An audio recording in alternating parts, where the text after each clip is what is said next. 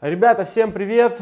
Хочется вам сказать, что мы записали для комьюнити видос, где показали на самом деле все как было, связано с хейтом просто, с хейтом меня. Сделали это все на канал Zevs Live, вы там можете найти и посмотреть, кому эта тема еще интересна. Да, сори с опозданием, но тем не менее мы это сделали. Пожалуйста, залетаем, смотрим, ссылка в описании или ссылка в сторис. Всех ждем. Мне хочется попасть в команду, в которой, можно сказать, Оставляем, то оставляем сразу и Зевса, и Эдварда. Нет смысла это менять. Это. Надо убрать Даню и Ваню.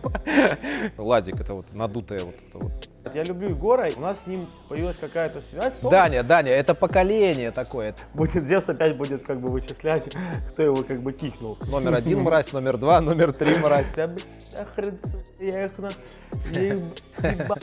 куда он лезет нам? Я не так себе представлял процесс. Была очень классная тогда медитация. Мы идем в магазин и покупаем бутылку коньяка, помнишь? Там как бы шло все. Но это была очень странная ситуация. Мы все пацаны, как бы, мы тоже были... Да. У белорусов всегда с этим проблемы, если помнишь. А мне тоже было это, конечно, дико все наблюдать. И я как-то стал более спокойно смотреть. Вы крутые, ебашьте, мы вас любим. Юджин, он же Жека, он же Евгений Ерофеев. Человек, который посвятил 7 лет своей жизни работе в Нави. Большую часть своей карьеры он был киберспортивным менеджером и очень тесно работал с CSGO составом.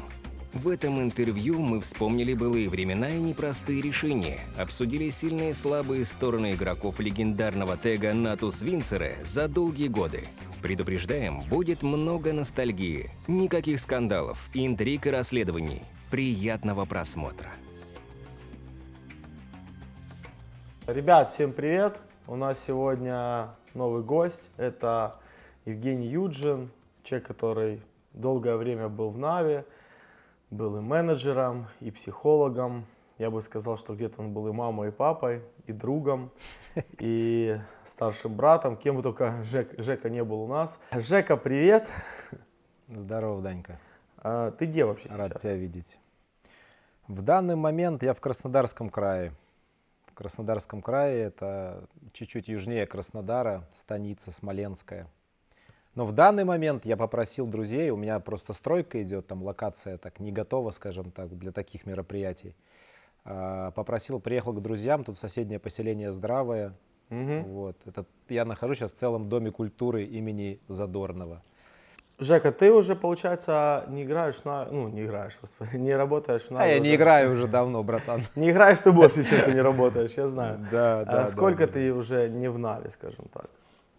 Слушай, на самом деле я в Нави был, наверное, до конца января еще. Ну как был? Я думаю, что мы с Нави еще посотрудничаем, возможно. Но так уже официально в качестве менеджера я с октября не работаю. Какое-то время я еще пытался взаимодействовать. Мы вместе разрабатывали, скажем так, теорию, как устроить академию, как заниматься молодежью. Вот. А после Нового года у нас с Жекой состоялся звонок в конце января, там, после 20-го, 21-го или что-то. Жека Золотаревым сел, да? Да. И на данном этапе у нас просто нет возможности сотрудничать. Вот. И если уже так официально вообще, то я считаю вот с января не в Нави, с конца января. А с пацанами, с командой вообще какой-то контакт, связь поддерживаешь? Это стало очень редко.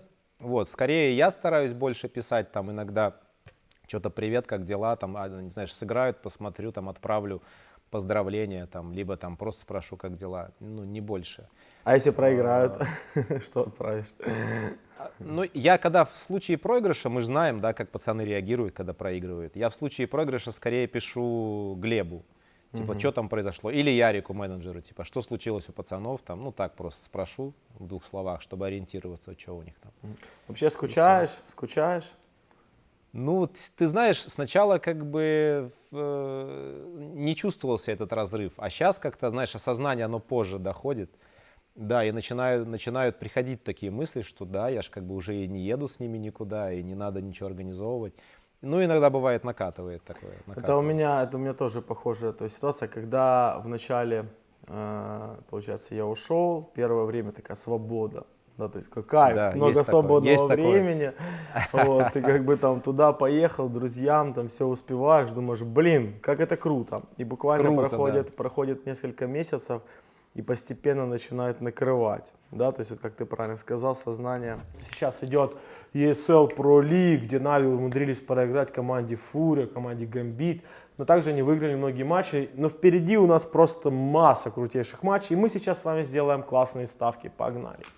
Virtus.pro Evil Genius. Понятно, что мы поставим на Virtus.pro, мы поставим, ну давай поставим 1000, окей. Всего лишь выиграем 300 монеток, но тоже неплохо.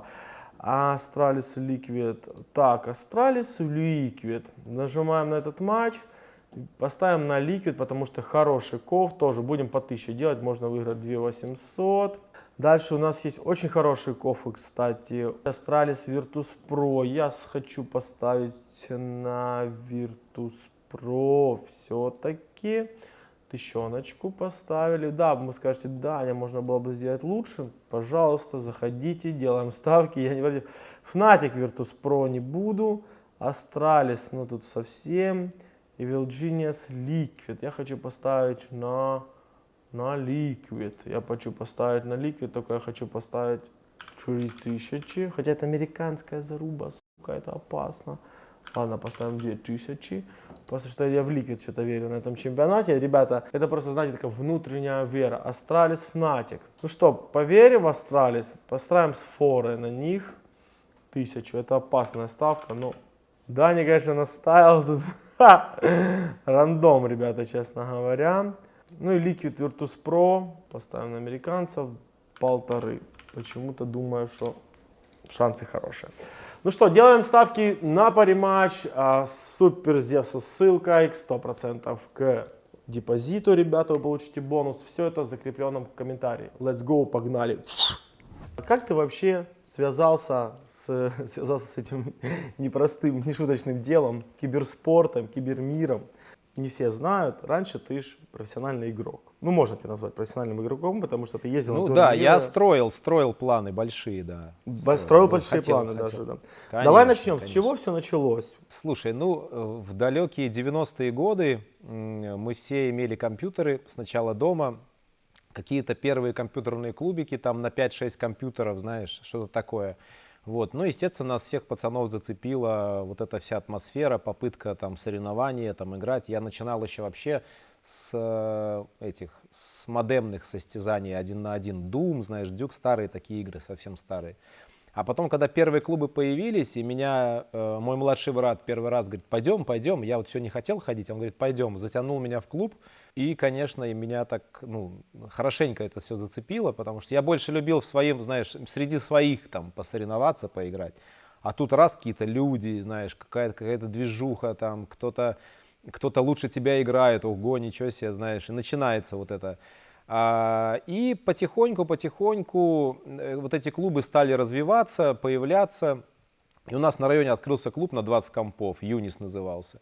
И мы стали туда ходить, но мы очень любили Quake и Старик. Играли в Старик и Quake в основном. У нас в почете было как бы на ночь пойти, закупиться там всякими этими приколюхами типа и на ночь пойти. И потом, по-моему, в каком году? В 98-м или в 97-м появляется вот бета-версия КС. И вот я как сел, и все остальные игры для меня пропали просто. Можно сказать, до 2009 года я еще играл. Я в 2008 попал на ВЦГ, мы выиграли квалы в Беларуси. И вот в 2009 я еще на Asus попал, там поиграл за команду. И все. И потом я тоже решил как-то дистанцироваться, повесить мышку на гвоздь, короче. То есть, получается, вот это время, да, то есть ты играл в Counter-Strike, да, там 5, 6, 7, 8 года, да, профессионально, Да, то есть ты ездил на турниры, да, Постоянно. Какие у тебя самые лучшие результаты, которые ты вот добился? Ой, ну мы доходили до не очень, вот у Катаны все время, знаешь, у нас не складывалось, то есть у нас в Беларуси, по сути, было две известные команды, Тарантул и Катана.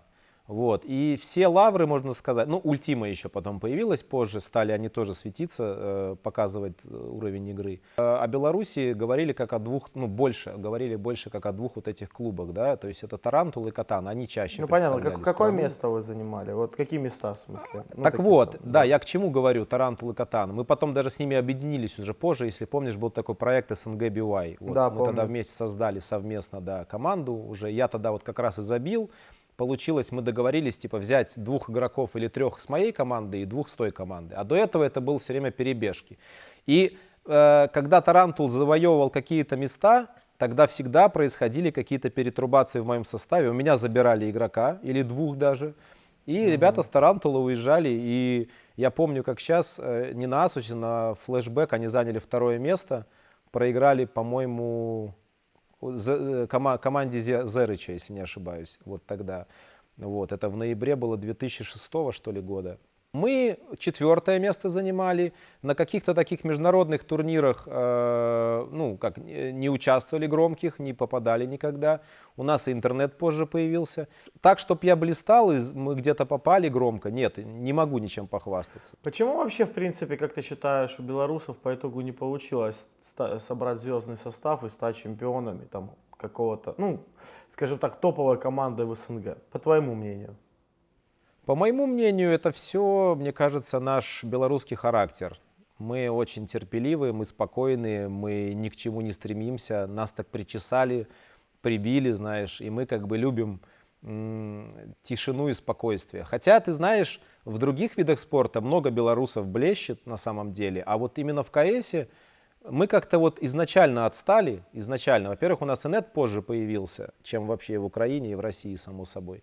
Но я думаю, это не одно из, но это не решающее. Мы к тому моменту уже как-то у нас, знаешь, не было вот таких прям сильных вот лидеров, не было такого, знаешь, сильной какой-то конкуренции или вот таких сильных игроков со старта, да, которые составляли. Мы стреляли хорошо, мы удивлялись, как, короче, белорусы приезжают, бегают. Помнишь, раньше было модно садиться стрелять? А мы, короче, бегали, стреляли вот так вот. Это было особенно для москвичей, это было что-то такое вообще непонятное, что это, как он стреляет, там, шара. А мы бегали, стреляли. У нас такие были известные игроки, типа Дайвер, Серк, если помнишь. Вот, эти ребята стреляли очень классно, да, и все как бы удивлялись. Вот. Но я не знаю, просто как-то вот более, что ли, дух и стремление к победе, оно вот больше украинцам и россиянам оно как-то привито больше, не знаю. И отсюда идет вот это вот, знаешь, какое-то такое прямо, не знаю, такое стремление просто быть лучшим постоянно. Вот это, оно, знаешь, где-то внутри сидит. А белорусы более какие-то такие, что ли, сонные в этом вопросе. А сейчас следишь вообще за про-сценой, что происходит? Сейчас есть, Слежу. Есть команда Слежу, у вас, которая, скажи, как она называется? Немига. Немига. Она достаточно неплохо себя проявляет. Она, видно, топ-25, топ-24 даже были, насколько я знаю. Они растут. Ну, это результат, да, да. Не было желания поработать с этими ребятами? Было, вот сейчас как раз и думаю, что, может быть, пришло время поднимать белорусов как-то. Может быть, получится посотрудничать. Я уже встречался с SEO, правда, это было до тут небольших событий у меня в семье произошли. И после этого я как-то немножко ушел, так, скажем так, в подполье на время. Вот. Ну, собираюсь обязательно вернуться к разговору, может быть, получится посотрудничать, да. Я бы очень хотел помочь ребятам. Угу. Ну, вообще, как они тебе нравятся, как играют? Ты смотрел так или ты глубоко не копал? На самом деле, мне лично, как человеку с моими какими-то амбициями и планами, да, на будущее, мне, например, даже лучше, чтобы команда была, что называется, чем ниже, да, ну, чем слабее, тем лучше для меня. Потому что я действительно пытаюсь сейчас кое-что, ну, я изучаю, углубляюсь вообще, да, в саму тематику обучения и развития киберспортсменов, ну, воспитания их, да, то есть как их вообще можно натренировать. То есть подойти хочу очень так основательно к этому вопросу. И, соответственно, то есть если я сейчас начну работать опять с Нави, ну, Нави и без нас с тобой побеждают сейчас, правильно? То есть непонятно как. А если я сейчас присоединюсь к какой-то команде, которая действительно, ну, как сказать, может, но что-то не может раскрыться, потенциала нету, может быть, не хватает чего-то, и какими-то общими усилиями и своими какими-то навыками я смогу им помочь, и они начнут подниматься, ну, то, очевидно, я буду, ну, чувствовать какое-то участие, да, и буду чувствовать, что я приложил к этому руку. Как в свое время, кстати, вот у нас получилось, когда я к вам пришел, если помнишь, у вас тогда тоже был очень непростой период, да. Понятно, то есть, когда, ну, я тебе добавлю еще второе, помимо того, что ты почувствуешь, можешь почувствовать свое непосредственное участие, непосредственно яма, всегда, когда говорю слово непосредственно, яма вылетает. Вот это, допустим, яма непосредственно. Когда ты работаешь с командой, которая сегодня там не сильно себя там что-то представляет, с ними просто, в принципе, легче работать, потому что Есть такое, да. со звездами всегда работать сложнее. Как бы Ох, это точно. да, это отдельная Мы история. мы с тобой это знаем, да. И в какой-то момент тебе просто это надоело, да, то есть 2009 год, это сколько тебе лет было, когда ты решил закончить играть? 30. 30 лет. Ты чувствовал уже физическое недомогание, ну, не недомогание, а то, что ты уже как Что бы... возраст, влияет возраст как-то? Да, да, да. Если честно, вот в то время, вот если вспомнить, то я, по сути, можно так сказать, завязал именно с геймерством. Да? Я ушел на позиции больше управленца, менеджмента, потому что мы объединились с Тарантулом. Это Вот, в каком, и у нас получается, были это далеко сколько тебе идущие было платы. лет? Лет тебе сколько? Вот когда ты конкретно бросил играть? Ну вот, 29-30 мы начали. В 29 мы начали такую коллаборацию с ними совместно с Дэном. И получилось так, что он меня все время подкалывал, типа, что ты дед, ты старик, говорит, харе, дай ему дорогу молодым. Вот. А внутри, как бы, ну, ты, наверное, знаешь, оно, когда ты рвешься, тебе хочется играть, тебе как бы мало еще, ты думаешь, блин, не было старик желание я, блядь. продолжать. Да, но если честно, у меня, ты знаешь, мне, в принципе, вот этот уход дался достаточно легко, потому что я, в принципе, в своем спорте уже напобеждался. То есть, знаешь, мужику важно вот что-то добиться, достигнуть, кого-то победить. И у меня так сложилось, что я с 9 лет в спорте, и вот соревнования, и постоянные поездки, и все, что надо выигрывать, как бы, ну, по крайней мере, в том виде спорта, в котором я находился, в принципе, я выиграл, ну, насколько это было возможно тогда для белорусов. Вот. И вот эти победы, знаешь, ты ими как немножко, не то что присытился, а ты уже понимаешь, что ты можешь. Если ты захочешь, у тебя получится, понял?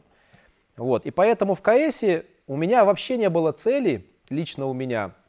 Я даже вот, недавно на эту тему тоже разговаривал. Если честно, не было цели вот прям стать чемпионом мира. Я не знаю, у меня была цель быть причастным к этому вот феномену киберспорта, попасть на ВЦГ, если помнишь, вот этот турнир, или WCG, Жека, как я правильно помню, сказать. как ни странно. Конечно, да. Получается, что для меня было важно вот приехать и увидеть вот всех вот этих там звезд, там Хитона, Потти, там кто там еще, знаешь, вот этих всех шведов, каких-то там англичан, может, французов, бразильцев хотел очень сильно увидеть, Мибро в то время.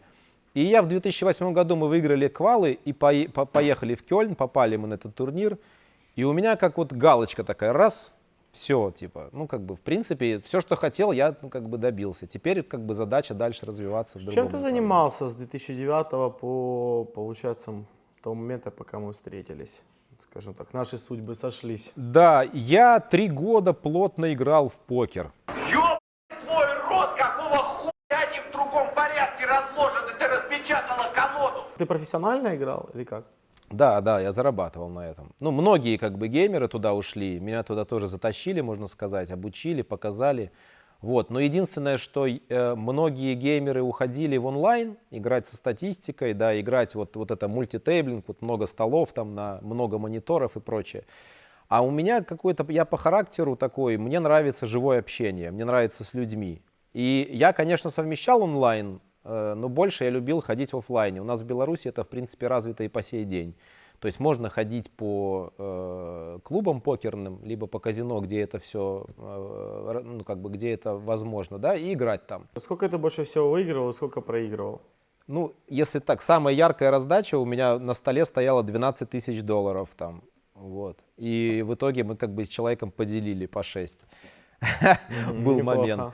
Проигрывал, ну, ты знаешь, поражения многие запоминаются. Вот. Но Имеется в виду я по думаю, деньгам. по сумме. больше $5 тысяч не проигрывал за сессию. То есть, ну, как-то удачно проносило. Ага. Я на большие лимиты, у меня, знаешь, тоже у меня срабатывает какой-то стопор такой, я на большие лимиты меня тянет, я бывало заигрывал, бывало попадал ну, на относительно большие лимиты за стол к акулам, так скажем.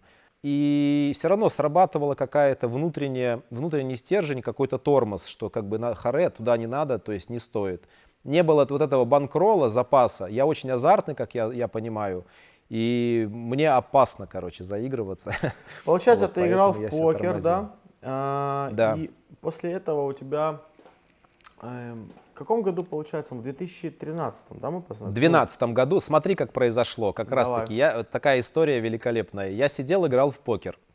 А те, кто играет в покер, ну, будут понимать вообще, что происходит. Я приехал, хорошая игра, хороший стол, там приехали такие ребята, они в покерном мире называются рыбой, по сути, ради которых я приехал в этот клуб. Не знаю, под утро уже, получается, стол обновляется, я, получается, с ночи сижу, и вот я на часы не смотрю, но уже день, как бы, да, условно говоря. И под утро вот это как бы такое коматозное такое состояние, как всегда в компьютерных клубах, если помнишь. Вот где-то в этом состоянии, в районе 9 там, утра или что-то около того, идет такая раздача интересная. Мне хорошие карты на руки приходят, заходит, короче, на стол, ну, в смысле, на игру заходит вот этот человек, под которого, по сути, весь этот стол собрался. И у меня как бы хороший расклад, раскладывается флоп, и мне в этот момент, я как бы делаю ставку, этот человек, который, у меня все хорошо, я как бы чувствую, что я побеждаю, да, но я так не буду там акцентировать. Да. И мне в этот момент телефон звонит, а это как бы запрещено, ну, за столом сидеть, разговаривать, и Ну, это, я тем знаю, более, да. да. А я как-то снимаю в коматозе, знаешь, на карты смотрю, у меня хороший расклад, я просто на автопилоте делаю дальше ставку, этот человек меня разворачивает, больше ставит, короче. Ну, то есть, у меня раз, знаешь, я чувствую, что вот он попался. И в это время я слышу голос в телефоне, мне звонит Алексей Бурдыка, покойный, кстати, царство ему небесное. Вот. Он звонит и говорит: Женя, там, привет, я вот Алексей, есть такой проект Техлабс Cup, если помнишь, да, вот этот вот, на который вы Да, приезжали. конечно. И говорит: давай, типа, с нами работать, там, приезжай ко мне в офис поговорить.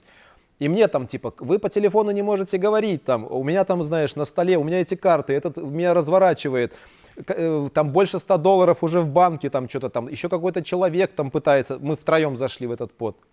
И это такая движуха, короче, и он говорит: давай работать с нами. И мне там, типа, этот, как его, дилер говорит: вам нельзя разговаривать по телефону, либо это, и я карты отправляю в пас, ну, то есть я отдаю деньги, встаю и ухожу разговаривать, и все. И, по сути, в этот день я прямо еду общаться с Алексеем и становлюсь как бы частью проекта Техлабс. И вот год, до 2013 года, я еще весной 2013 мы проводим турнир в Минске. Вот. И после этого я как бы ухожу в свободное плавание. У нас свое такое ивент-агентство образовалось. Опять же, с директором Тарантула мы вместе начали организовывать турниры в Беларуси. Я помню, киберспортивные. Я знаю, да. Мы общались Да. тогда еще. И после этого мы уже как бы планируем, у нас такой план, как бы как развиваться компания должна. И мне звонит Саня Зера Кахановский. Звонит, вот получается, в сентябре. И точно так, примерно похожая ситуация. Мы сидим в офисе, у нас такой план на доске, знаешь, типа разговариваем, типа я, Денис, там еще девчонка с нами работала, Паша Флекс, там мы что-то обсуждаем, какие-то планы, мне звонок. Жека, привет, привет, как дела? Там, Ты такой, извини, бросаешь такие документы и уходишь. Примерно так же и было. То есть, типа, это Саня, там, хочешь работать? Ну, типа, давай работать с нами, там, давай в Нави, типа, ко мне. И я говорю: подожди, положил трубку, знаешь, такой: пацаны, вот такая ситуация, рассказываю. И перезваниваю потом Сане, по сути. А у нас такая тоже движуха. И я говорю: знаете, я хочу в Нави, типа. Ну, я просто открыто говорю, как есть. Причем сначала я думал совмещать. Я ж не знал, что это. Почему у тебя так в 2012 году задело этот момент, вот именно Нави? 13-й. В 2013 году, да. Почему, что для тебя Нави тогда было? Ну, слушай, ну вы тогда звезды, у всех на слуху, я с вами уже повидался, поработал с вами, ну, вот эта атмосфера, да, вот этого турнира. И я понимаю, что, ну, это лучшее предложение, которое может быть на тот момент просто. То есть, либо надо самому что-то делать, либо, ну, не знаю, либо вот это, ну, действительно лучшее место, куда может попасть человек, там, геймер или просто, ну, не знаю, в какой роли, но в любом случае Нави это топ. И я, конечно, знаешь, какое-то такое внутреннее знание и стремление быть частью этого. Это необъяснимо, это вот изнутри идет такое прям состояние. И я попытался совмещать, я попытался и там успевать где-то, наверное, месяц. Нет, не успеваю, и я, выбираю Нави. И уже помню, что у нас буткемпы, потом поездка на DreamHack. Я помню, что у нас был Техлабс в Минске, по-моему, как раз. Да. Мы играли против шведов. У нас был тогда кризис. Олаф приезжал тогда. Олаф приезжал, у нас был тогда кризис, потому что от нас ушел Эдвард и Маркелов. Это вот тогда как раз становление нового состава. То есть, когда мы взяли, по-моему, Кибаки на Сейзе там. Да, Сист, Кибакин, Сеня, ты и Старикс. Да, вот такой был состав. И у нас был кризис, мы с молодыми, то есть от нас ушли два самых сильных игрока, по сути, звезды, да, то есть Ваня и Маркелов. Нам было тяжело. Я помню, что мы с тобой сидели. Я не помню, как мы оказались в номере, но точно помню, что мы оказались... Мне пишет Саня, говорит, там тебя ждут, зайди на турнир, там тебя ждут. Да, я пришел, ты сидишь за компом где-то уже за сценой, один, никого нет, только ты один в этой желтой кепке Нави. Здорово. И мы с тобой поехали вдвоем сначала в магазин, что-то закупились, если помнишь. Прошлись, с нами там еще начали фоткаться, с тобой, со мной. Я сразу ощутил, знаешь, я ж вообще в тот момент никто, по сути. А тут мы идем с тобой по нашему магазину, Корона такой, большой супермаркет. И тут такие люди останавливаются. О, Даня, можно сфоткаться. И ты мне такой, Жека, давай со мной. Мы вместе еще фоткаемся. И мы, вот оттуда, получается, с этого супермаркета едем в гостиницу. Ты рассказываешь мне по пути, что вот у вас кризис, что вот вы не знаете, вам нужен человек. Типа Саня Зерыч тоже не успевает совмещать все. Очень много у него там получается, связано по развитию, да, с организацией. Ездить он не может, а вам нужен реально вот человек, который заберет на себя рутину и будет как, не знаю, моральным таким поддерживающим лидером. Вот для меня основное вот это, понимаешь, я по жизни люблю, и в принципе мое такое призвание, это как-то сплочать команду, да, пытаться как-то ее склеить, да, и раскрыть самые сильные стороны, вот. И мне вот это вот и нравилось, то есть общение с людьми, и быть частью, знаешь, попытаться с ребятами выиграть что-то. Я помню, что мы пошли в отель. Мы сели в отеле и начали общаться на тему того, что типа, Жека, вот у нас проблемы. И мы долго сидели, общались. Мы с тобой там... Ну да, где-то часик точно. Ну да, то есть мы Может, обсуждали. И потом мы договорились, что мы приедем в Украину, мы с тобой созвонимся и начнем какое-то движение, типа совместное, да, там какую-то работу, деятельность. Да. Какой командой тебе запомнилась вот тот первый состав, с которым, сколько, я не помню, мы поработали вместе, но я думаю, где-то полгода, да, наверное, это было? Не, меньше. Смотри, да? я точно знаю. Давай. Как сейчас помню. 1 октября мы с Саней договариваемся, бьем по рукам, все, я в Нави. Он меня зовет на буткемп. И уже 13 октября я в Киеве. Я прилетаю, все, мы там все подписываем, договариваемся. Я вот с вами там уже в Киеве еще раз встречаюсь. И мы тогда уже начали подготовку к DreamHack'у. Да, мы поехали в декабре, получается, и вот прямо на DreamHack'е вы уже, получается, договорились с Ваней и с Ладиком, что они присоединятся. 3 месяца это максимум, вот такой состав пробыл. Как команда запомнилась? Во-первых, первое мое впечатление, у меня был шок.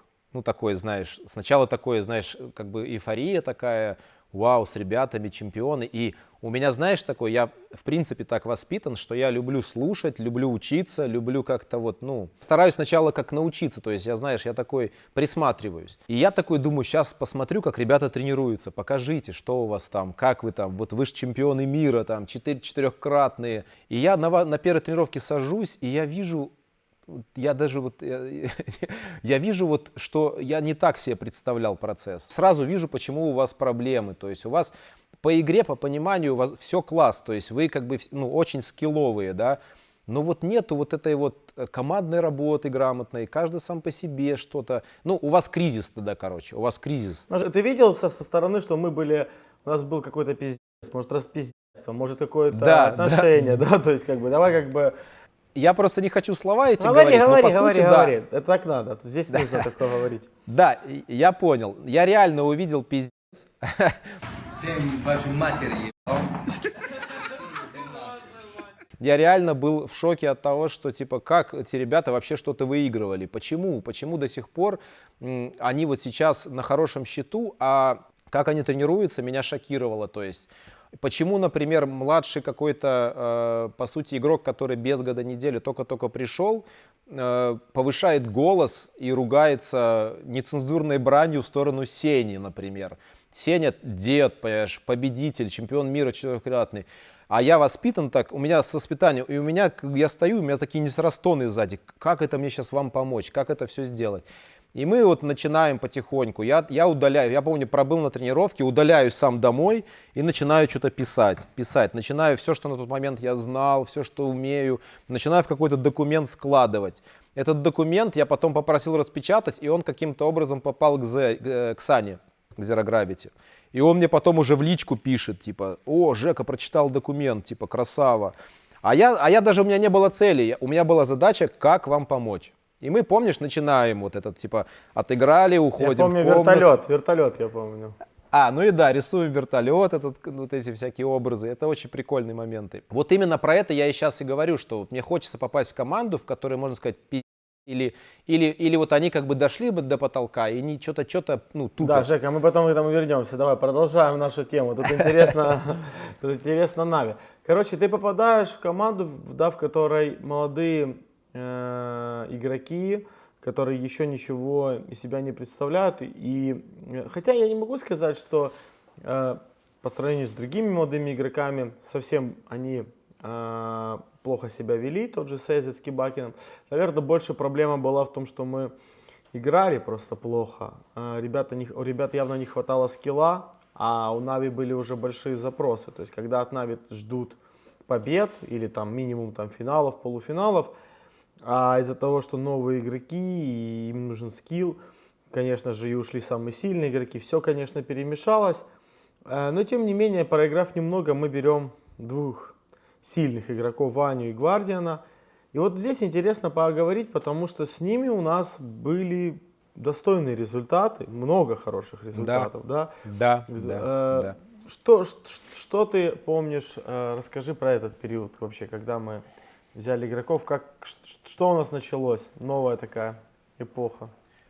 Ну, на самом деле, в этой эпохе можно много чего вспоминать. Действительно, начались первые победы, можно так сказать. То есть я пришел, когда к вам в тот состав, где Сеня был и Кибакин, и мы даже из группы в Катовице не вышли потом, если помнишь. А вот когда присоединился Ладик и Ваня, у нас начались уже сразу более-менее какие-то хорошие, неплохие результаты. То есть мы что-то начали побеждать. Я начал чувствовать, что вот эта команда вот в этом составе может побеждать. И вот эти, знаешь, приятные первые победы, которые одна за другой, да, какие-то или около этого, какой-то полурезультат или результат, они начинают, как бы, знаешь, добавлять. И становится интересно работать. Да, пиши каждого игрока, который тебе на тот период запомнился. Потом его сравним спустя какое-то время, то есть кем он стал. А кого ты? Ты спроси у меня, про кого Нет, хочешь. Давай каждого по очереди. Нет, опиши вот... Именно состава с Ваней и с Ладиком, да? Ну да, то есть возьми там меня, Ладика, Старикса. Ладик Сейзет. плохо говорит по-русски. Ладик плохо еще говорит по-русски. Половину информации пропускает и половину информации не говорит. Ваня пришел такой, знаешь, после неудачного, скажем, сотрудничества с, Астана Драгонс, да, назывались они тогда. Вот, и он потом какое-то время еще, получается, пофрилансил, там, помиксовал с кем-то. И он такой голодный, он такой своенравный, он такой в теле, в пиджаке. Я помню, как сейчас пришел, первый раз я его увидел, когда в Киеве. Он любит джинсы, пиджак такой. Он вообще выбивался из вот этой вот геймерской тусовки, можно так сказать, по внешнему виду даже. Вот эта борода постоянная, кучерявые большие волосы. Ладик, кстати, был тогда более-менее, не был такой толстый, если помнишь. Он потом стал набирать. Он был уже такой, знаешь, такой полненький, но еще был в порядке. Он потом, спустя какое-то время, мы офигели. А по игре? По игре? Вот так. Ладик однозначно топ-1 снайпер в мире, однозначно. То есть он, как сейчас, по сути, Саня, да, набирает статистику за существующее Нави, тогда эту роль выполнял Ладик. Он прям, не знаю, там под 40 постоянно он набивал. И вся команда работала на Ладика. Он действительно звезда. Ваня всегда идет против команды, всегда идет со своим каким-то видением, но тоже как бы пытается быть каким-то фраг-лидером. Вот. Серега такой тихий серый кардинал. У него свои шифры, свои планы, он все время такой, знаешь, но он такой люркер, роль люркера часто выполнял Серега, знаешь. Ты всегда в авангарде, всегда рулишь, то есть ты либо тащишь и на какой-то вот на такой морали, даже против логики, против плана, против всего просто какая-то команда побеждает. И вот сколько тебя помню, ты всегда такой. То есть ты вот всегда такой, ты тащишь, ты, не знаю, ты умеешь в нужный момент что-то сказать. Либо ты, если ты не играешь, то ты тупо просто вот отдаешь, и вся команда ничего не может сделать. Вот были такие моменты, просто все сдаются. Кстати, когда я пришел, Денис был в топовой форме, насколько я понял, тогда для него.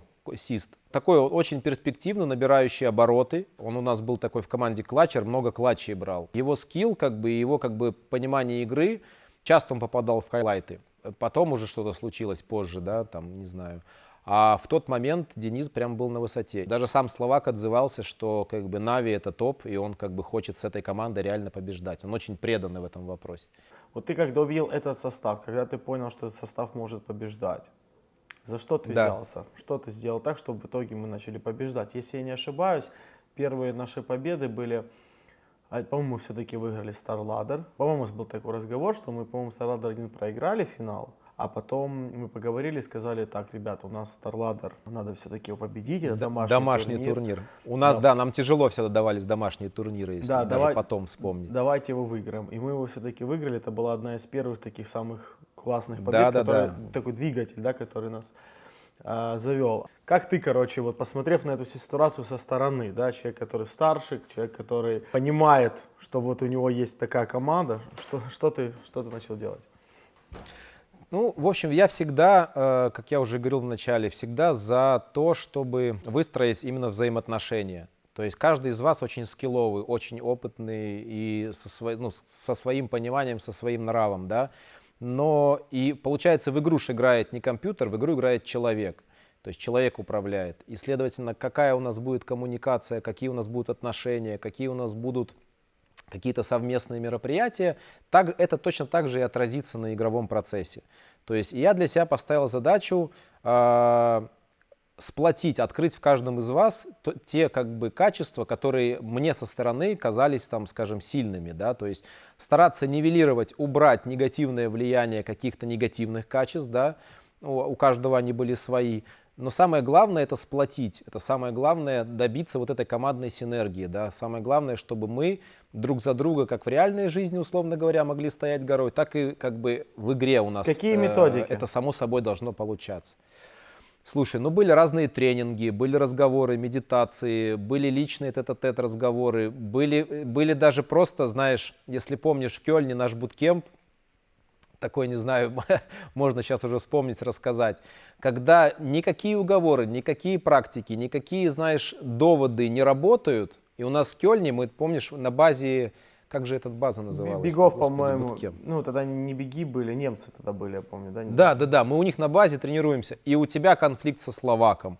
Словак, все, я их тренироваться не буду, пошел он, я, все. И сидит, вот этот, я помню, Ладик, это вот надутое вот это вот такое состояние, все, и ни с кем не хочет разговаривать, знаешь, он начинает капризничать и злиться, и все. Ни с какой бы этой стороны ни подошел, не получается. И я вижу, что реально команда под угрозой, мы реально плохо сыграем. А мы тот турнир, кстати, несмотря на результат, мы могли его и выиграть, да. Если бы у нас тогда не состоялся вечер, если сейчас напомню, ты, может, вспомнишь. Я помню. Когда Ладик... Да, что мы сделали, помнишь? Какое решение я принял, что мы сделали? Я помню, для меня это была медитационная практика, когда ты поставил... каким-то образом у нас на том буткемпе появился... До медитационной практики что мы сделали? Не помню. Я, всех поднял. Если мы вышли на улицу, у нас тренировка, все, мы отменяем праки, у нас все срывается, ничего не получается. И мы встаем на прогулку, мы идем в магазин и покупаем бутылку коньяка, помнишь? Что-то такое припоминаю. Да. Мы прогуливаемся там по этим райончикам, все закрыто, находим какой-то магазинчик арабский там, покупаем этот коньяк, возвращаемся. Я заставляю всех выпивать. Мы в этот вечер включаем фильм «Падение черного ястреба». Правда, не все, кто-то ушел наверх, все равно видно, что вы такие колючие, вы такие злые. Но я всех заставил выпить, мы выпили, мы поговорили чуть-чуть. Типа, все, давайте этот день забудем, как бы. Забудем об этом. И на следующий день мы начали тренировки опять, все стало хорошо. Секрет Юджина. Ребят, купить Да, коньяк. да, коньяк, магазине, ребята, да. коньяк, да. Главное его выпить вместе, даже если недоволен, но ты прям должен. А потом мы сели, я поставил кубок какой-то, закидал его шмотками, помнишь? У нас на Да. том буткемпе на базе случайно туда привезли кубок, который будет Да, за да, да, первое да, все место верно, на том все верно, чемпионате. да. И ты поставил за стол этот кубок, мы сели, мы закрыли глаза, ты сказал вдох-выдох, там как бы собрались, расслабились. Ну, Это как обычно, да. Как всю обычно, нашу- всю да. нашу- То есть, да. ну, я так немножко скажу, то есть, и я просто почему запомнил, потому что была очень классная тогда медитация, в которой мы медитировали, представляли о том, что этот кубок может быть нашим, что нужно пройти путь и вот выиграть турнир и забрать этот кубок. Это было настолько охуенно, что все ребята почувствовали просто какую-то такую связь, и действительно мы сплотились, и мы играли как одно целое. Это самое важное. И Да, поэтому очень мы, хорошо отыграли, очень хорошо. мы могли сыграли. выигрывать, нам просто не повезло. А ты помнишь, почему нюк попался нам в наши карты? Третья карта причем. Причем фнатики не играли нюк, и мы не играли нюк. Мы блефовали, и они блефовали. И у нас осталось, получается, 3 карты, и мы ждали, что фнатики вычеркнут. И фнатики тоже ждали, что мы вычеркнем, короче, понял? Да. И они оставили, и мы, и она в итоге выпала. И мы стоим, ржем в голос, и фнатики ржут, и мы ржем. И мы тогда 16-14 проиграли. Причем там мы вели за атаку, Да, мы да, должны да, были да, выиграть. да, И да. раунд Флюша взял 3-1 последний. Обидно. Мы потом только увидели вот эти плазмы, да, что, во-первых, они палят изображение, а еще он каким-то образом, получается, был же на девятке, Ладик все сыграл грамотно, правильно, а он именно пошел туда, на шифте, спускался с девятки, то есть он знал четко, где находится Ладик, и прямо зашел к нему в спину. Но это была и очень снес. странная ситуация. Да, Особенно да, Вот да, со да. всех сторон, как бы так сыграть. То есть если бы Ладик пошел бы там в длинный или в короткий, да, то есть и сыграл бы как бы на время, то у Флюши было бы очень мало Ну, шансов он взять. не успевал бы. Мы даже считали потом. У нас Сеня параллельно сидел, считал, залазил, слушал, слышно ли двери, не слышно. Считал, сколько надо секунд добежать. Если он будет идти на шифте, то он просто не успеет разминировать бомбу. А он реально идет на ноге, просто идет аккуратно, вот так туда медленно, понимаешь, и конкретно туда, куда Ладик уходит. Да, он либо очень гениальный игрок, реально, да, и тут надо прямо снять шляпу, что он прям так все прочитал. Мое мнение, мое субъективное мнение, как бы подчеркну много раз, как бы, чтобы никто не обижался, что действительно он сыграл нечестно, то есть у него была какая-то информация, либо с мониторов, либо кто-то что сказал, ну, короче, что-то было. И он сыграл прям на верочку. Да, и что потом было дальше? Мы не вышли в финал, получается, это была игра за выход в финал. И мы должны были выходить, обыгрывать Фнатик и играть с Нипами.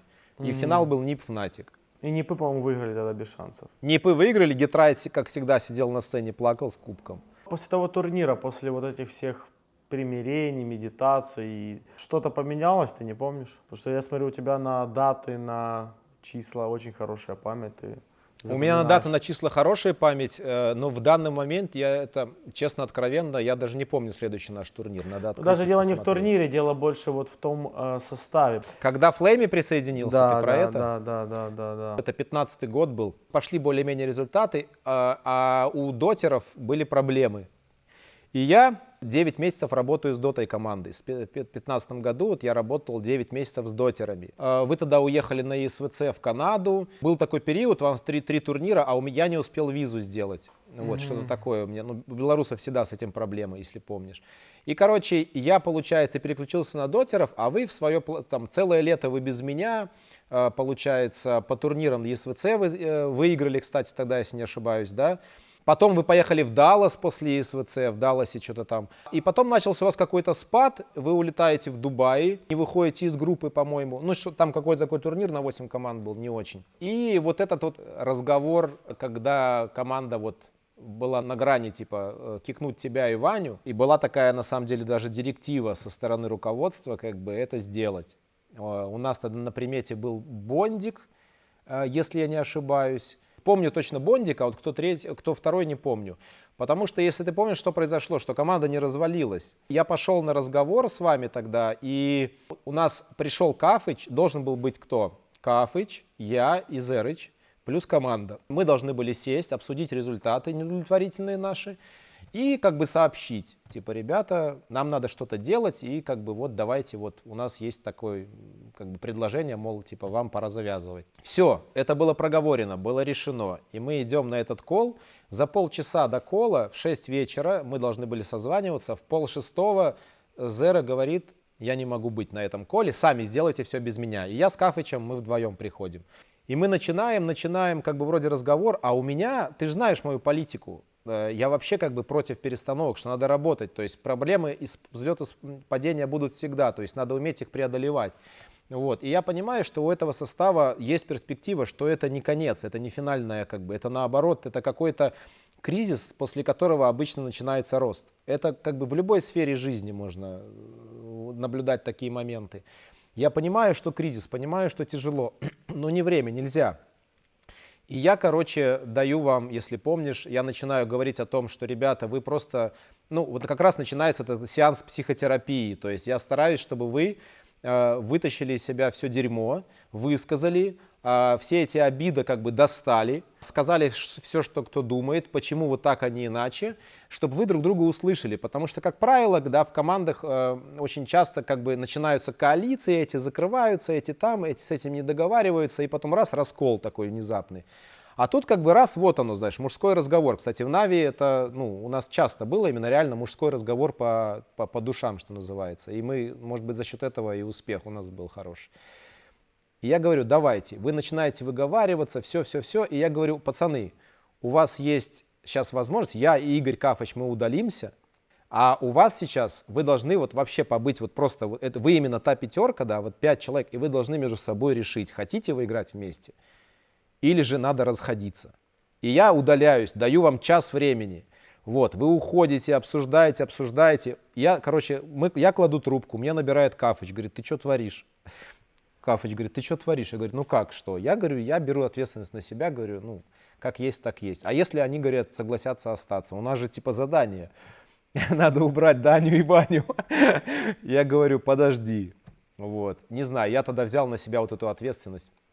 Мы созваниваемся позже, и вы такие, ладно, мы даем месяц, вот у нас впереди Клуж, Румыния, да, у нас впереди там вот эта подготовка, и вот мы сейчас вот прям на 100% выложимся, типа, и вот съездим, вы тогда 2-е место занимаете, и у вас просто начинается подъем, вот я про это и говорю, то есть я понимаю, что нелепость какая-то, что не должно так происходить. И мне в тот вечер звонит Зера и говорит, еще раз, типа, и мы с тобой попрощаемся, ты не можешь так, типа, игнорировать мои указания.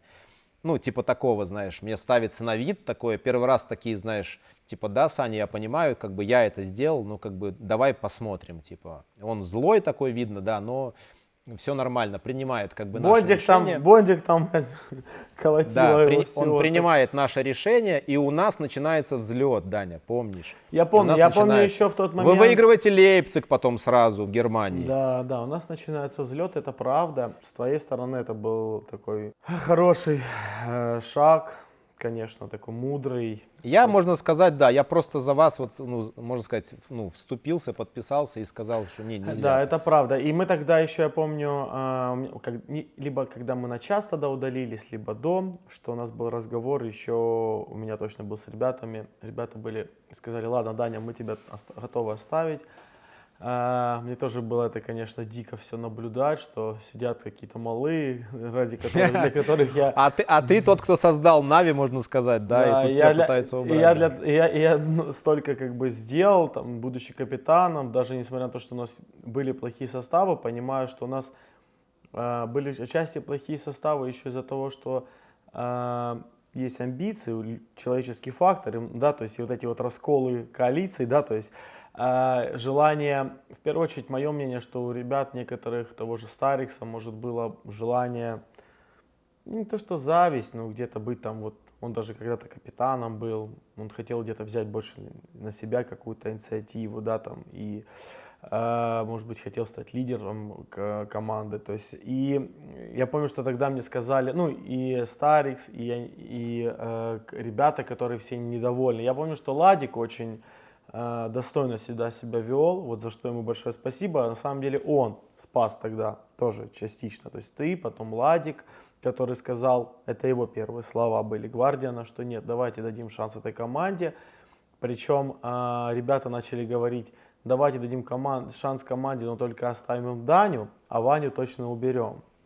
Ну, Ваня тяжелый просто, мог он там. Ваня тяжелый, да, это правда, то есть с точки зрения именно общения человеческого такого, он вопреки такой он. Вопреки одиночка, как моя книжка, да, одиночка да. такой, то есть вот у него там свой взгляд на мир, но при этом он преданный, его всегда уважали и ценили за его преданность Counter-Strike.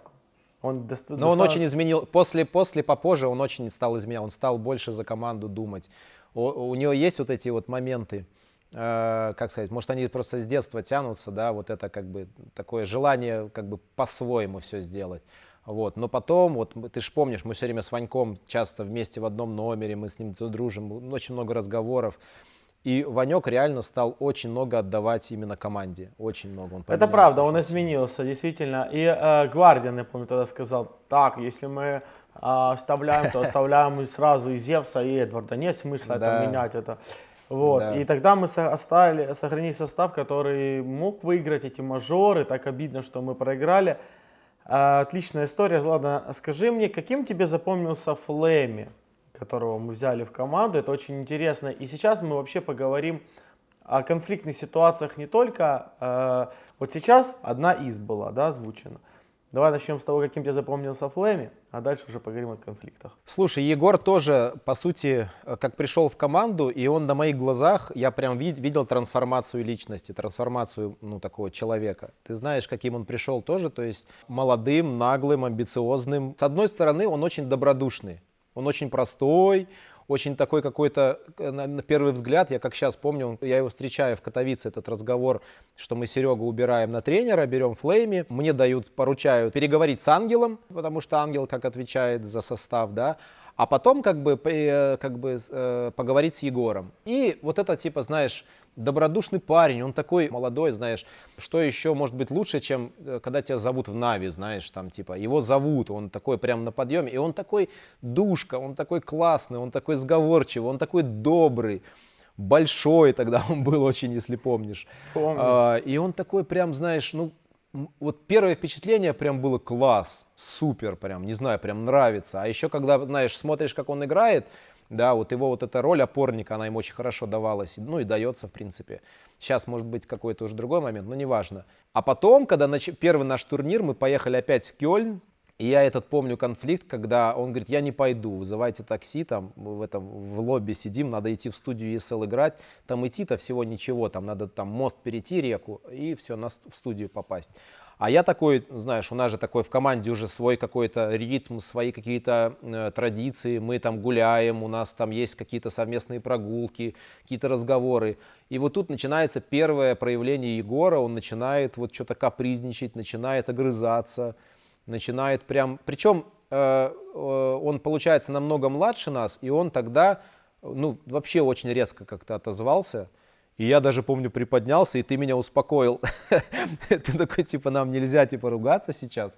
Мы этот турнир, кстати, выиграли. Вот, это была ESL Pro Лига. Я понимаю, что действительно нельзя ругаться, но он прям что-то сказал такое, очень грубое, короче. Знаешь, как вот могут дети сказать старшим. Ты это понимаешь. И он такой что-то, типа, да, мол, что ты тут базаришь мне там, типа, что-то в таком стиле, что-то такое. Я такой, что у меня...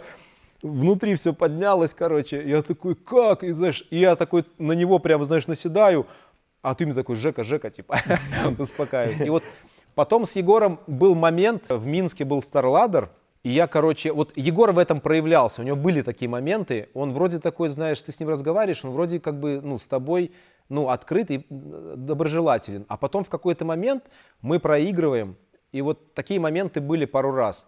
Я захожу в будку, в Минске, И, ну, естественно, вы все выходите, идете жать руки, я так всех, ну, типа, ну, проиграли, ладно, там, тебе пожимаю, Ваньку, всем пожимаю руки. И Егору раз, а он мимо меня такой, раз плечом. И мне как бы перед всей толпой, а я дома, Минск, понимаешь, на сцене. И он мне не отбивает пятерку, понимаешь, то есть мы не можем, руки не жмем. И я такой, как? То есть, Егор, что это? Говорю, я же это. Ну, он потом извинился, как бы все окей, просто на эмоциях у Егора были такие моменты проявления. То есть это человек, который очень-очень сильно переживал из-за поражений. То есть я помню на Старладере он прям сел, причем проиграли достойно, мы рубились, все классно, и он сел, вот у него были, он прям такой телефон этот, знаешь, голову опустил и расстроился. Егорыч, и все, ты к нему не подходишь. Он, ну, как бы очень переживал, то есть эмоционально, он очень, знаешь, хочет побеждать, хочет добиваться. Потом с ним пару раз поговорили вот на эту тему. И вот ты знаешь, после определенных событий в команде и в жизни Егора у нас он поменялся, он стал другим, он стал, ну, даже тот момент, если помнишь, он в этом, когда вот с тобой был разговор в Атланте, тогда, когда приняли решение, да, то есть, что они приняли как раз-таки решение, я думаю, мы об этом тоже поговорим с тобой. Вот. Потому что в книжке не совсем все описано, как в твоей книжке, на мой взгляд, не совсем все как было, ну такое, ладно. Вот после вот этих каких-то пару моментов, после вот года поражения с Саней, когда у нас вообще результатов не было, потом какие-то жизненные обстоятельства, все, и Егор стал реально другим. Егор стал более человечным, более открытым, более простым, более профессиональным даже, если можно выразиться. То есть с ним гораздо проще найти общий язык стало намного прям вообще, он изменился капитально. Ну, то есть тот Егор, который пришел в команду молодой и готовый там послать тебя, ему все равно авторитета нету, там, знаешь, ну такой, там, что называется, за словом в карман не полезет. И потом, как бы, какой он сейчас. Я могу сказать тоже свой комментарий, то что мне Егор запомнился таким малым, короче, таким толстым чуваком, вообще, знаешь, таким малым-малым вообще, которого мы взяли. И я такой с ним пообщался, он рассказал мне историю о том, что у него умерли родители давно уже, что его воспитывала бабушка, а родители, по-моему, от алкоголя, то есть были алкоголики, что он тут рос один. А я же такой человечный, добрый парень, знаешь, и я такой, помню, пришел к своим родителям, сказал, что вот мы взяли нового игрока, у него вот такая вот история жизненная. И мне родители такие сказали, блин, ну ты же этого парня поддерживай, там, как бы ему сейчас тяжело, там. Надо взять шефство, да, типа? Да, ну вообще как бы, да, то есть вот было такое отношение. И потом оно все так было до момента, пока мы не проиграли. И я это вот почему-то в моей памяти отложилось, когда мы проиграли игру в Лондоне как раз мы были. По-моему, это было вот то, что... я не поехал тогда с вами. Я с вами не поехал, визу не успел опять получить. Вот, наверное, потому что ты не поехал, Егор раскрылся. То есть при тебе он все-таки был более сдержанным. И как бы мы шли тогда, Егор начал просто не то что как бы соперника, а там именно и мамку, там, и там как бы шло все. Я вообще охерел. Я, короче, шел. Даня, это поколение такое. Это уже вот, Егор, это уже то поколение, которое могут себе позволить. Ты понимаешь, Жека, я ни в коем случае не хочу сказать что-то плохое про Егора. Потому что я его люблю. Не, Егор вообще никогда я его люблю. Не могу сказать. Ребят, я люблю Егора, и дело в том, что я знаю, что он любит меня. Ровно стань, ты можешь ровно стать. Какая у тебя статистика была? Плохая. Какая? Не помню. У нас с ним появилась какая-то связь. Егор классный. Мы подружились с ним. Почему ты в минус играл, я тебя спрашиваю. Не пошла игра. С кем ты сегодня играешь, ты знаешь? Смотри, я сказал в камеру, смотри, не дергайся, ровно стой. Он всегда был добрым чуваком, а у него просто не хватало воспитания, не хватало манер. Пожуй, говна! Но все равно это было неожиданно. То есть образ вот этого хорошего парня превратился, то есть, да хрен, сука, я их ебал. Ты куда он лезет нам? Иди пожуй говна! Мы тогда матч проиграли, такой, куда он лезет, пидор? Ну там именно вообще мат У него любимое слово «мразь». Мразь, мразь, мразь, мразь, мразь, мразь, мразь, мразь. Помнишь, у него был свой чарт мразей. Номер 1 мразь, номер 2, номер 3 мразь. Да. Он для себя, это вот просто супер мразь. А вот этот, ну мразь, но нет. А вот этот прям супер мразь. Вот, и мы, короче, шли, да, и вот с того Егора, который был тогда, пройден был огромный путь, было воспитание, были конфликты, были объяснения, часовые разговоры, объяснение того, что так правильно, так неправильно. И Егор это впитывал. Да, большая работа проделана. Просто когда ты ребенку объясняешь, там, когда он у него зарождается, только еще взгляд на мир, там, психика, там, да, это одно. Когда ему уже там после 18, да, то есть у него уже выработанный как бы и характер, и взгляд на мир, ему как бы тяжело его вообще перевоспитывать. Это поэтому, ребята, у которых есть дети, задумайтесь об этом, что в молодом, вот именно в том возрасте, когда они только там идут в школу, когда они только вот начинают взрослеть, первые вот эти вот шаги, да, в взрослую жизнь, вот очень важно вот это воспитание, потому что очень моментально человек портится, если попадает в неправильную среду, не ту компанию, ну или там смотрит не с того угла, да, то есть на этот мир. А сейчас мир, вы сами видите какой. Друзья, маленькая еще одна реклама. Я стал амбассадором нового бренда, который называется Vibe. Там вы можете зайти, найти киберспортивных или разных звезд, блогеров, в том числе меня, и заказать услугу, поздравления с днем рождения, либо с каким-то праздником, либо друзьям, либо дать совет, напутствие, все что угодно. Ребят, заходите на Vibe, ссылка в описании, заказывайте, пользуйтесь. Вот такой охрененный сервис. А теперь продолжаем смотреть видео дальше. Ну, проделана была огромная работа. И сегодня Егор, наверное, он это ценит. Он очень ценит то, что вкладывал ты, в то, что вкладывал я, сколько сделала для него сама организация Нави. И он поменялся, и он... Егор, могу сказать, очень умный чувак. То есть у него он реально... Да. Самое главное, что он человечный, понимаешь? То есть в нем открылось вот это внутреннее понимание хорошо-плохо. То есть какие-то привычки еще есть. Ну, то есть и среда, в которой он общается. Да, то есть он понимает, что где-то там может. Но мы все пацаны, как бы, мы тоже были... У него какой-то возраст уже пошел, знаешь, он мудреть стал. Ну, мудреть, и человечность открылась. Была, конечно, сильно проделана такая большая работа, да, с того периода до момента, когда Егор уже уходил с нами. То есть я помню, что когда мы проигрывали матчи, он оставался один, да, мы выходили на улицу, и мы такие... Запомнился финал мажора в Америке, в Колумбусе, потому что мы проиграли первую карту 16-14 или на допах, на овертаймах. Да, на допах. Да, и все такие, короче, на нервах, типа... И вот он остался, мы не вышли, да, то есть к тому чуваку, который уже начал один из первых выходить, что это как бы вот...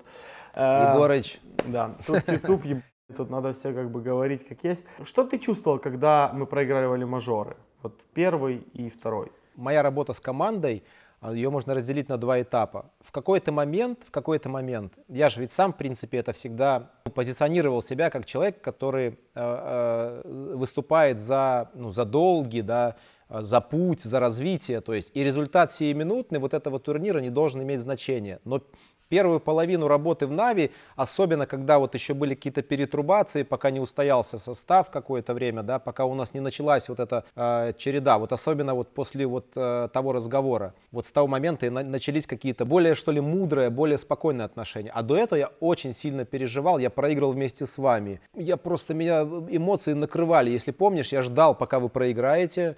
На СВЦ, я помню, мы зашли еще в самом начале.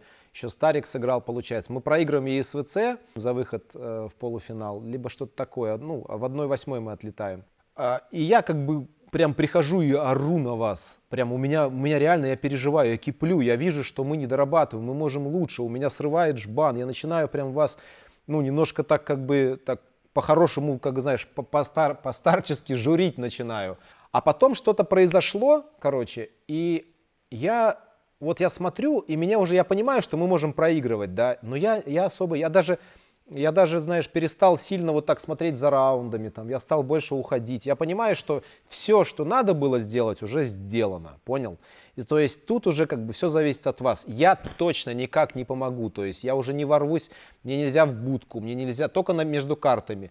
Мне нельзя что-то там вам подсказывать, показывать, что-то естественно. И я понимаю, что вот то, что я сейчас киплю, я просто жгу свое здоровье. Прикинь. Я осознал, что, блин, мне нельзя так переживать, мне надо как бы, ну, так поспокойнее. Я должен, да, если они проиграют, я должен быть в адеквате. То есть, а так, если я буду гореть, я буду тоже не в адеквате, буду вместе с вами в этот штопор впадать. И у меня что-то случилось, и я перестал сильно переживать за результат. Потому что я понимал, что это не последний турнир, что еще будут буткемпы, еще будут турниры, еще будут победы, будут поражения. И я как-то стал более спокойно смотреть. Вот правда, стал пить чаек, там, водичку, там, с кем-то разговаривать. Знаешь, там раз подниму на счет, посмотрю, ну все, идет нормально. Или, например, ну проигрываем, ладно. Вот, что-то случилось, короче, и я стал более спокойный. А так, конечно же, первое время я очень горел вместе с вами. Потом был период, вот недавно, кстати, относительно, мы поехали, я даже еще ребятам сказал, у меня какой-то был эмоциональный взрыв очередной. Я не знаю тоже почему, не могу это объяснить. Все мы психи, короче, ребят, если так. Два турнира подряд, мы играем сначала ГГБ в этом на выставке, а потом едем играть группу Blast. И вот мы тогда обыгрываем Астралис, мы выигрываем. Ты бы меня видел. Я вот за пацанами стоял, я себя не узнавал. То есть я долгие годы, ой, это громко сказано, там пару лет я был, ну, такой, как спокойный. Проиграли, выиграли. Ну, так иногда, знаешь, бывали там с Мишей какие-то у нас разногласия, когда вы вместе работали. Но все равно, как бы, я старался быть спокойным, особенно когда вы играете. А тут меня, короче, как подорвало. У меня бой с тенью, короче, я там смотрю за раундами, там руками работаю, что-то там уворачиваюсь, короче, что-то такое, знаешь, меня прямо рвет, меня эмоции так накрыли. Сидят охранники и вот так вот на меня смотрят, а я прыгаю вот за сценой, короче, у меня эмоции вот это вот так вот, знаешь, накатывает, мы еще побеждаем. Я бегу на эту сцену, я ору, я обнимаю. И вот я даже сейчас говорю, у меня мурашки бегут, слушай, а до этого я был спокойный, Дань. Жека, смотри, честно тебе скажу, не сильно хочу обсуждать тему моего кика, потому что это очень заезженная тема. Согласен, да. Она реально здесь у меня на канале. Я могу сказать за себя только, пару слов за себя, если можно, если позволишь. Давай. Все, в принципе, что в книжке описано, да, ты со своих глаз рассказываешь. Да, хорошо. А я говорю, как бы, мы узнаем, да, что собирается вот эта вся ситуация. Мы с Ваньком едем в прачечную что-то стирать и сидим, и как сейчас, вот мы так вот вдвоем с тобой, так мы вдвоем с Ваньком. Типа, братан, что делать? То есть мы понимаем, что команда может расколоться. Да? Либо мы должны подписаться за тебя полностью и разбежаться, либо что-то должно произойти такое вот, ну, просто убрать тебя, получается. Что мы будем делать? Как? Мы понимаем, что, то есть я, как всегда, я говорю, что кикать нельзя. Вот, но так как-то сложилось обстоятельство, что мы действительно втроем, я, ты и Ваня, если мы за тебя, а их 4. Вот, и мы с Ваней сидим и понимаем, что сейчас вообще Нави может развалиться, в принципе, как команда, да, и вообще ничего не будет потом. И это непонятно, у кого останется право остаться в Нави, там, у нас с тобой, с Ваней, либо типа у пацанов. И мы с Ваней принимаем вот такое решение, не знаю, говорил тебе, не говорил. Мы говорим так, слушай, ну к Дане уже не первый раз вообще вот претензия, да, то есть у нас, ты помнишь, все время тебе говорили, что ты там занимаешься проектами, там снимаешь что-то. Даня, Зевс и много всего прикольного, чуваки, не переключайте, погнали. Все, оно как назревало, то есть это все происходило за спинами нас с Ваней, чтобы ты знал. И тут раз мне вот Сист, Флейми это все говорят, мы с Ваней эту ситуацию обсуждаем, что делать, и мы с Ваней, короче, я говорю вот что, слушай, в натуре уже не первый раз такая ситуация, а давай на самом деле проверим, типа, что будет. Вот включится Даня, да, типа, начнет как бы активно там, я не знаю, там, вплоть, ну, ожидались любые сценарии, сам понимаешь, эмоциональные разговоры. Какие, драки? Да хрен его знает. Куда ты лезешь? Да. Куда? Вот, я понимаю, что если действительно Дане суждено как бы остаться, то есть, ну, мы ничего не понимаем, мы просто подпишемся, мы просто включимся, то есть будет, ну, все само собой разрулиться. Но давай дадим возможность Дане, типа, что-то сказать команде, Дане потому вести что бой действительно 1 против 4, как бы, да, дадим? Да хрен, ну там ты ж помнишь, Егор лежит под одеялом с Ладиком под одним в этой комнате. Ладно, и я занял позицию наблюдателя, вот честно. Я принимаю решение, говорю, Ваня, я буду смотреть, если, грубо говоря, что-то вот пойдет, и Даня действительно вот включит свои какие-то качества, да, и прям, не знаю, чуть ли не силой как бы останется и всем объяснит, всех поставит на место, то там, так тому и быть. А если он как бы не включится, у него в натуре, мы для себя тогда так решили, и я это сказал, что на самом деле, наверное, у тебя приоритеты заниматься своими проектами. То есть тебе, возможно, не хотелось, ты уже как бы зрел, знаешь, каким-то своим новым раскрытием, и тебе нужен был либо пендель, как, ну, такой, знаешь, после чего, в принципе, видишь, мы же все знаем, как история сложилась. Ты в натуре получил тот пендель, и ты единственный в Нави, кто имеет титул, как бы сейчас, мажора. Все остальные до сих пор же ничего. Либо действительно тебе пора заниматься своим делом. Все. И вот так оно и было. То есть наше отношение тогда в комнате с Ваней было такое. Мы наблюдали и смотрели, то есть ты хочешь или не хочешь. И как-то так сложилось, что ты вроде как такой типа, ну ладно, пацаны, ты там что-то высказал каждому свое. Я тоже, если помнишь, высказал открыто, там и Ладику сказал, и Флей, по каждому прошелся и сказал, что это самая роковая ошибка, которая может быть на тот момент. Нельзя этого делать. Я это сказал. Но как сложилось, так сложилось. Хорошо, хорошо, Жек. На самом деле, как сложилось, так сложилось. Абсолютно, да, действительно, у каждого есть свой взгляд. Не хочу просто это сейчас развивать, потому что я говорю, заезженная тема в комментариях, мы уже орем с комьюнити, о том, что новое интервью будет, Зевс опять будет как бы вычислять, кто его как бы кикнул. Вот, то есть, да, вот вы меня убираете, появляется Simple, вы выиграете первый Нью-Йорк. Чего вы потом начали сосать? Причем сосать вообще все. И китайцам, и все турниры подряд. Саня был на тот момент сильно токсичным.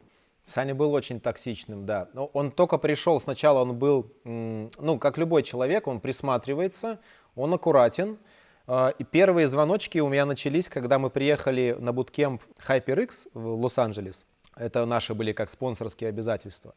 И он там уже стал огрызаться, и я почувствовал первый раз вот на себе. То есть я тогда только слышал, что он токсичный, но когда мы встречались, просто на турнирах общались, Саня, мне казалось, ну блин, нормальный парень, чё, ну, как бы. Я просто знаю, что по отзывам, да, что с ним очень сложно, и я понимал, что что-то должно начаться когда-то.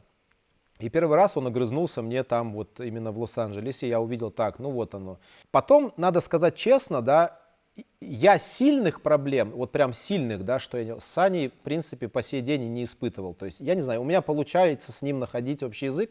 Он может быть очень-очень, скажем, ядовитым и тяжелым, но все равно у меня получалось как-то, не знаю, мне пару раз у меня было в жизни, когда я ему смотрел в глаза 1 на 1.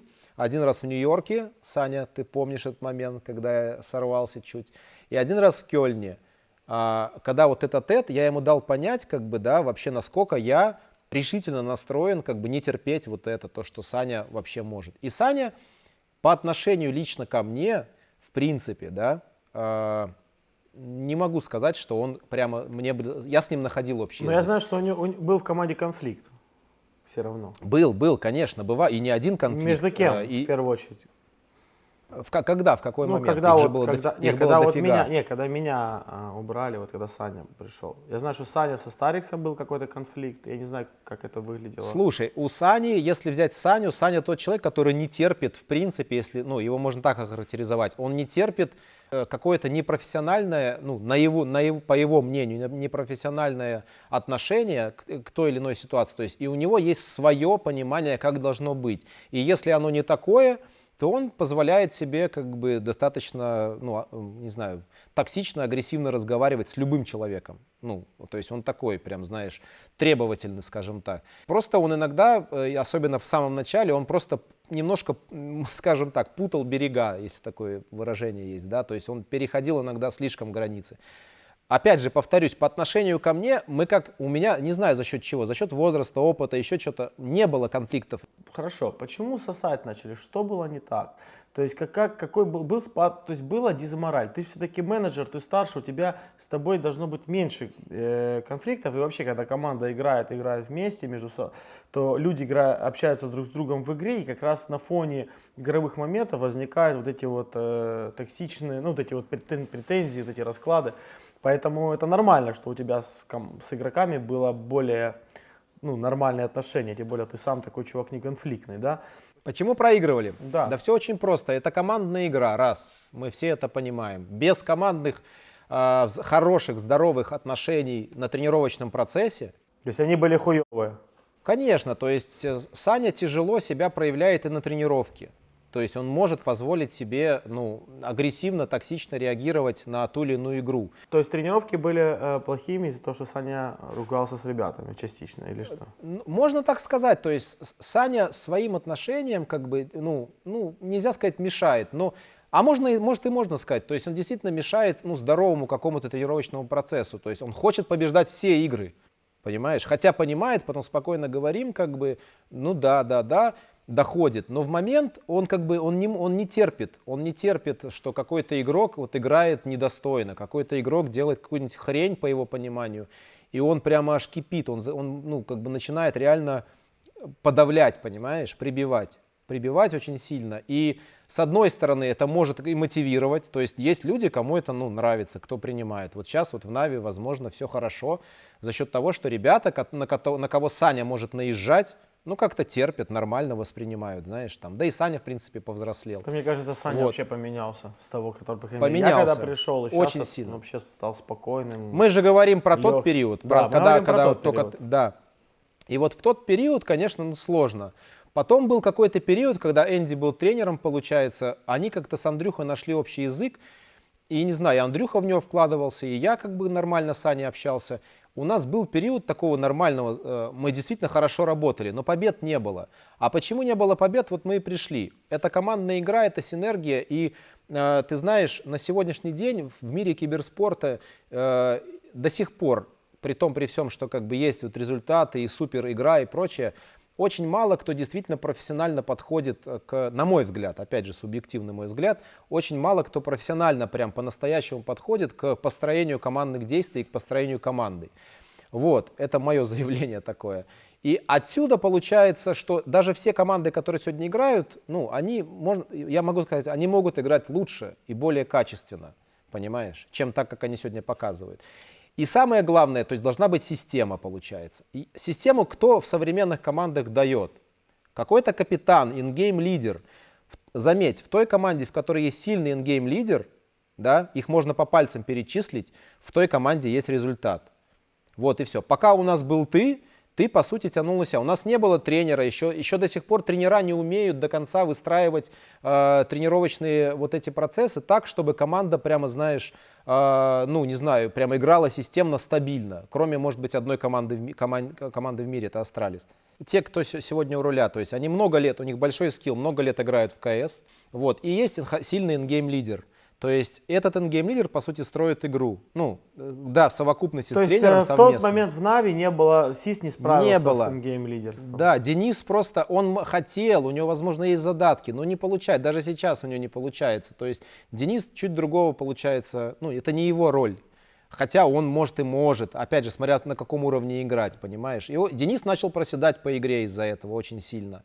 Не было ингейм-лидера, не было еще системы, то есть не было опыта. И команда с уходом, получается, вот основного звена, как бы ты там, как бы кто ни говорил, что ты плохо стал стрелять, там что-то начал проседать, ты самое главное что давал? Ты давал, ну как бы, модель игры, понимаешь? Пускай она была, может быть, не супер, тоже было много критики, не супер какая-то системная, еще что-то. То есть сейчас игра Нави смотрится намного системнее, чем было раньше, это факт. Но и все развиваются, все как бы улучшаются. Забери лидера и все, его нету, понимаешь? Кто поведет, кто, особенно в сложный момент, кто принимает решение? Пытались, делали там... Что только там не происходило, но все равно это... Да, Керриган придет сейчас в Фейс, я уверен, у Фейс будут результаты. Он, ну, сильный лидер, Керриган, понимаешь? мы тебя ждем, Фейс. Да, то есть я про это. Когда мы выиграли мажор, мы были тогда вместе на мажоре, я помню, тогда там еще подходил, Кракове, с тобой да. общался в Кракове. Пришел разговор о том, что я вернусь в Нави, там, с Кином. Какие были разговоры, там, скажем так, за спиной, там, да, у вас на тему того, что как ожидали мой приход, то есть думали, что Зевс сейчас придет, ему похуй, потому что он выиграл уже мажор, и как бы он просто придет сейчас за бабками или за славой дополнительно, или еще что-то. Какие были, или думали, что сейчас придется наладиться? Мы рассматривали разные варианты. Я в это время был на отдыхе в Испании. Вот. И, естественно, мы рассматривали разные варианты, там были самые невероятные, вплоть до того, что взять одного из белорусов, за которого я прям ручался, мы из него хотели растить капитана. Были варианты с Кириллом Карасевым, с Ангелом. Вот. И, естественно, потом, когда появилась возможность с тобой, ну, у нас было из чего выбирать, мы думали, как строить команду, мы с Жекой Золотаревым тоже созванивались, решали. Конечно же, мы думали, что ну, ты уже выиграл, ты, возможно, может, и ничего и не дашь. И разговор с тобой, ты как бы говорил, что для тебя важно именно, чтобы у Нави был титул мейджора. Мы с тобой тет-а-тет разговаривали. То есть вот это твоя основная мотивация. Я верил в это. Вот я понимал, что действительно это может быть мотивацией принести победу Нави, потому что ты создал эту организацию, по сути. Ну, один из, да. Это может быть. И действительно, я понимал, что ты ж приходишь не один, получается, ты приходишь с Мишей, вот. И я с Ваней этот вопрос обсуждаю, а как Миша, что? И мы до этого еще много раз, Ваня рассказывал, что он периодически встречается с Мишей, и Миша очень, типа, как сказать, очень прикольно и по-своему видит КС. Ну, очень глубоко его понимает, при том, при всем, что опыта как бы тренерского большого и давно нету, и он же, но при этом, при всем, он как бы действительно такой парень с таким складом ума, который может разложить хорошо. Ты, получается, приходишь не один, а приходишь с Мишей. Вот. И вот это как бы фактор, который мы понимали, что действительно это может принести хорошие плоды, потому что я четко понимал уже к тому времени, что нам нужен сильный капитан. И естественно, когда вот из этих вариантов, если выбирать, что я озвучила, как бы понятно, что ты вне конкуренции. И я был бы рад тогда, на тот момент, мы с Жекой это все обсуждали, что это лучший пик для Нави, который может быть просто. И это реально и хайп, возвращение Зевса, это очень круто, то есть это со всех сторон круто. То есть это может и игру изменить, это и, как бы, знаешь, лояльность фанов, как бы, это и для, в принципе, для всего комьюнити. Событие, понимаешь? Не будем обсуждать период с нашей игрой. Лично мне он не особо интересен, честно, потому что мы его вместе переживали. Твое интервью, Даня, тебе решать. Какое у тебя отношение к Бумычу по поводу капитанства? И как тебе перфекта? Давай по очереди Бумычу, капитанство. С Бумычем у меня знакомство произошло на мажоре, когда у нас Cubifier, они добились таких сенсационных результатов, как помнишь. Значит, и вот тогда он ко мне подошел от всей команды, и вот я помню этот момент, мы с ним сидим, просто ко мне подходит парень и говорит, я хочу с тобой посоветоваться, прикинь. И не знаю, вот именно тот разговор, тогда тет-а-тет с ним, он у меня спрашивал каких-то советов, как быть, какое решение принять, у них там перетрубации планировались в составе. И он реально со мной советуется, и я вижу вот его какое-то, не знаю, желание, да, и горение, и понимание вообще. И он, самое главное, понимает основополагающие принципы в построении команды. Именно тот разговор отложился у меня, когда мы как бы пикали Бумыча, вот, и когда он пришел, я понимал, что из него действительно будет хороший преемник после тебя. Может получиться. То есть может получиться, если ты ему передашь, он как-то вот, не знаю, как подпитается вот этим опытом, да, включится, то действительно это может быть в будущем хороший такой переход. Ты уходишь красиво, как оно и произошло, относительно красиво, то есть хотелось бы победить тогда, да, но все равно. Действительно классно, то есть ты ушел, так, как никто не уходит. Эффектненько. Да, очень классно. Вот так должно быть. Вот так За это должно спасибо Blast еще отдельно, потому что да, они тоже очень постарались. круто, очень все круто сделали. Я помню на сцене тебя, это очень... Я прям проникся, я прочувствовал за тебя, прям такая была у меня, знаешь, такие теплые чувства. Сегодня Кириллу мешают раскрыться как капитану два человека. То есть тоже поймите меня правильно. То есть у Андрюхи богатый опыт и свое понимание КСа. У Сани, естественно, вообще тут безоговорочное лидерство в плане понимания КСа и вообще какой-то игры, да, то есть он действительно сегодня топ. Вот.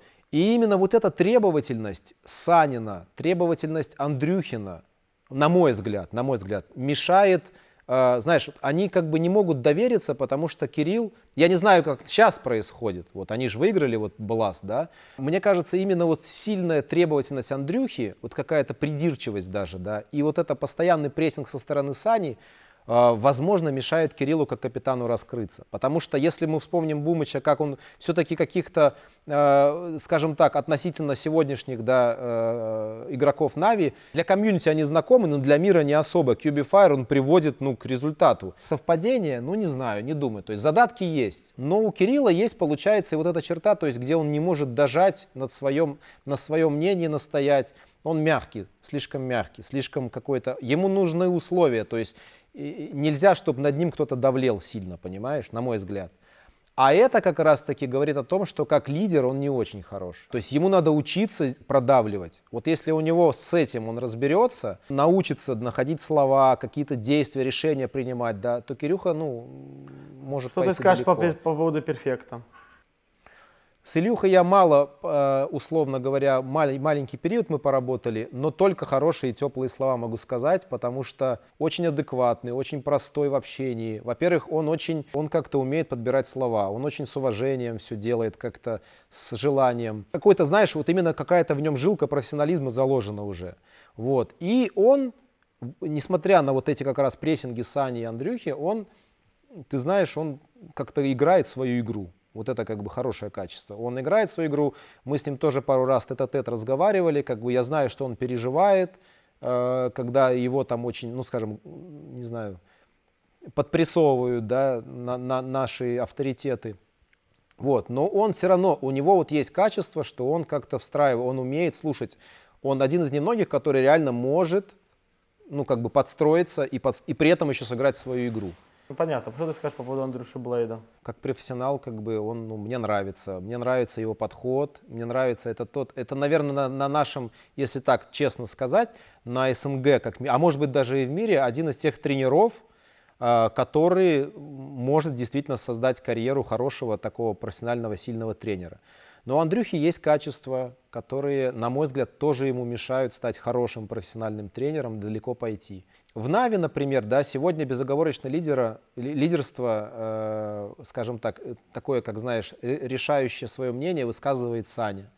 Так скажем, да, он как бы такой, заслужил, да, вот скажем так, какое-то, то есть как бы со всех сторон на него все смотрят, как действительно даже вот сейчас недавнешний скандал, этот Ричарда Льюиса, да, все как бы понимают, что Симпл, прям действительно красавец, да, в этом вопросе. И он как-то вот это и проявляет активно в команде. Тем самым я считаю, что и Андрюха где-то, естественно, подстраивается под Саню тоже. При всем, что у Андрюхи иногда расходятся с Саней, да, взгляды на игру. Чем это плохо? То есть он строит игру под Саню, а это мешает другим игрокам или как? Что ты хочешь сказать этим? Например, когда начинается конфликтная ситуация, Андрюха не всегда объективен, на мой взгляд, да, то есть он, получается, где-то поддавливает ребят вместе с Саней. Бывает, он высказывается, были моменты, да, я не могу сказать, что Андрюха прям сильно прогибается, вот, но были моменты, когда он тоже там и с Саней конфликтует, там, есть такие, это такие рабочие моменты. Но все равно, то есть ярко выражено, что есть у нас две звезды сегодня, да, Саня и Дэн, Электроник и Саня, да, и от них все строится, и когда у нас какие-то проблемы, то у нас реально выхватывает Егор, выхватывает Бумыч и выхватывает Перфекта. Получается, что есть такое, что вот эти ребята давят молодых.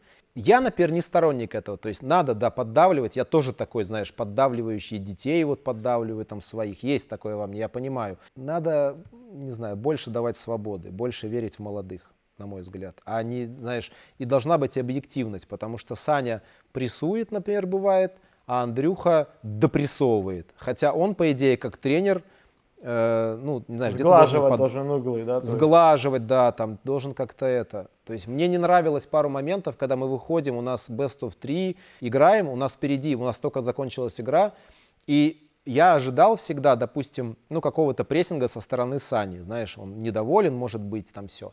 А тренер должен думать о том, как следующую игру строить. А Андрюха тоже может подпрессовывать и указывать на ошибки. То есть и представь, с каким настроением игрок идет на игру. Вот, Андрюха, если ты это изменишь, если ты реально над этим поработаешь, братан, ты будешь хорошим тренером, у тебя все получится.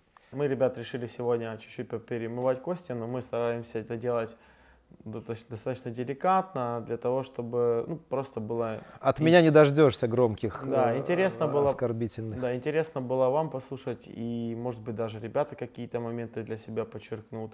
В чем, короче, успех Нави? Вот, наверное, даже, может, не команды, а в целом как организация. В нужное время, в нужном месте собрались нужные люди, которые задали вектор развития этой организации. То есть ваше объединение в свое время, да, и как бы создание Нави, и вы очень дали хороший темп. Вот эти подряд 4 чемпионата мира, да, и это заложило вот эту базу, в принципе, да, к восприятию Нави во всем мире, если так. Потом еще победа дотеров на интернешнале. То есть сошлись звезды, то есть нужные люди собрались и, что называется, знаешь, так запустили. Ну а потом дальше, это связано уже с менеджментом, управленцами. Я считаю, все понемногу внесли вклад, однозначно. Вот. Какой-то дух Нави изначально, да, который был заложен, он как-то передается от игрока, от менеджера одного к другому. То есть это происходит. Не знаю, это уже какой-то идет такой саморазвивающийся процесс. Понимаешь, как бы ты когда попадаешь в Нави, у тебя нету варианта на всех уровнях. То есть можно говорить о игроках, можно говорить о менеджерах, да, о топ-менеджерах, да, допустим. У тебя нету права на какие-то неправильные решения, непрофессиональные, знаешь, на отношение какое-то такое несерьезное. То есть ты изначально везде на всех уровнях серьезно подходишь к процессу. Начиная просто с банальных, не знаю, каких-то статей дизайна и каких-то видосиков, которым занимается наш медиа-отдел, да. Ой, говорю наш, видишь, еще по привычке. Заканчивая реально какими-то управленческими решениями, договорами, подписанными с основными спонсорами. То есть все идет на таком уровне, на таком, знаешь, каждый выкладывается. На профессиональном, высоком уровне, да? Да, и вот это как бы дает, это как-то, знаешь, ты как, ты не можешь по-другому себя повести просто в этой и организации. в любом случае, это ты говоришь с более такой с человека, который там работает, но есть же, наверное, люди, которые задают вектор, да, и это, наверное, все-таки управляющие. Управленческие решения, это все, я же говорю, управленческие решения. Золотарев потом. Женя не имеет права. Как у тебя Женя Золотарев? не имеет права ошибаться. Ну, помимо не умеет права. Как мне Золотарев? У меня с ним, как с человеком, вообще, как бы, отличные отношения, нету ничего. Как Он очень рабочий, открыт, как рабочий. Простой, прямой, да. У нас с ним расходились мнения. И даже сейчас, как бы, я не был услышан, на мой взгляд. Мое понимание развития спортивной составляющей, оно другое, оно идет вразрез с Жениным. Вот. Женя очень хороший такой ситуативный, кризисный такой управляющий, можно сказать. Он понимает, принимает решения хорошо, ответственно. Вот. И я считаю, что, наверное, мое как бы с ним разногласие, которое иногда возникало, это скорее всего больше из-за, знаешь, какого-то моей удаленности. То есть у меня нет возможности, не было возможности постоянно быть в офисе, да, и вот как-то участвовать. Возможно, все было бы по-другому складывалось. Я изначально как отдален. Ну и отсюда у меня и взгляд другой на развитие. И Я Женя понял. развивает по-своему, и он молодец, что. Ну, я считаю, что Женя большой молодец, потому что... Да, конечно. те Слушай, успехи, не было бы которые- Нави там. До тех успехов, которые добилась Нави именно как организация и много дисциплин, Да, побед да. в разных дисциплинах, это большая заслуга Жеки. По поводу молодежного состава я тебя хотел спросить. Ты как-то связан был с молодежным составом? Или ты хотел его развивать, либо ты я- мог его развивать? Что? Я мог развивать и мог развивать его сейчас. Я мог сейчас присоединиться, но есть обстоятельства, которые не позволяют присоединиться сейчас туда.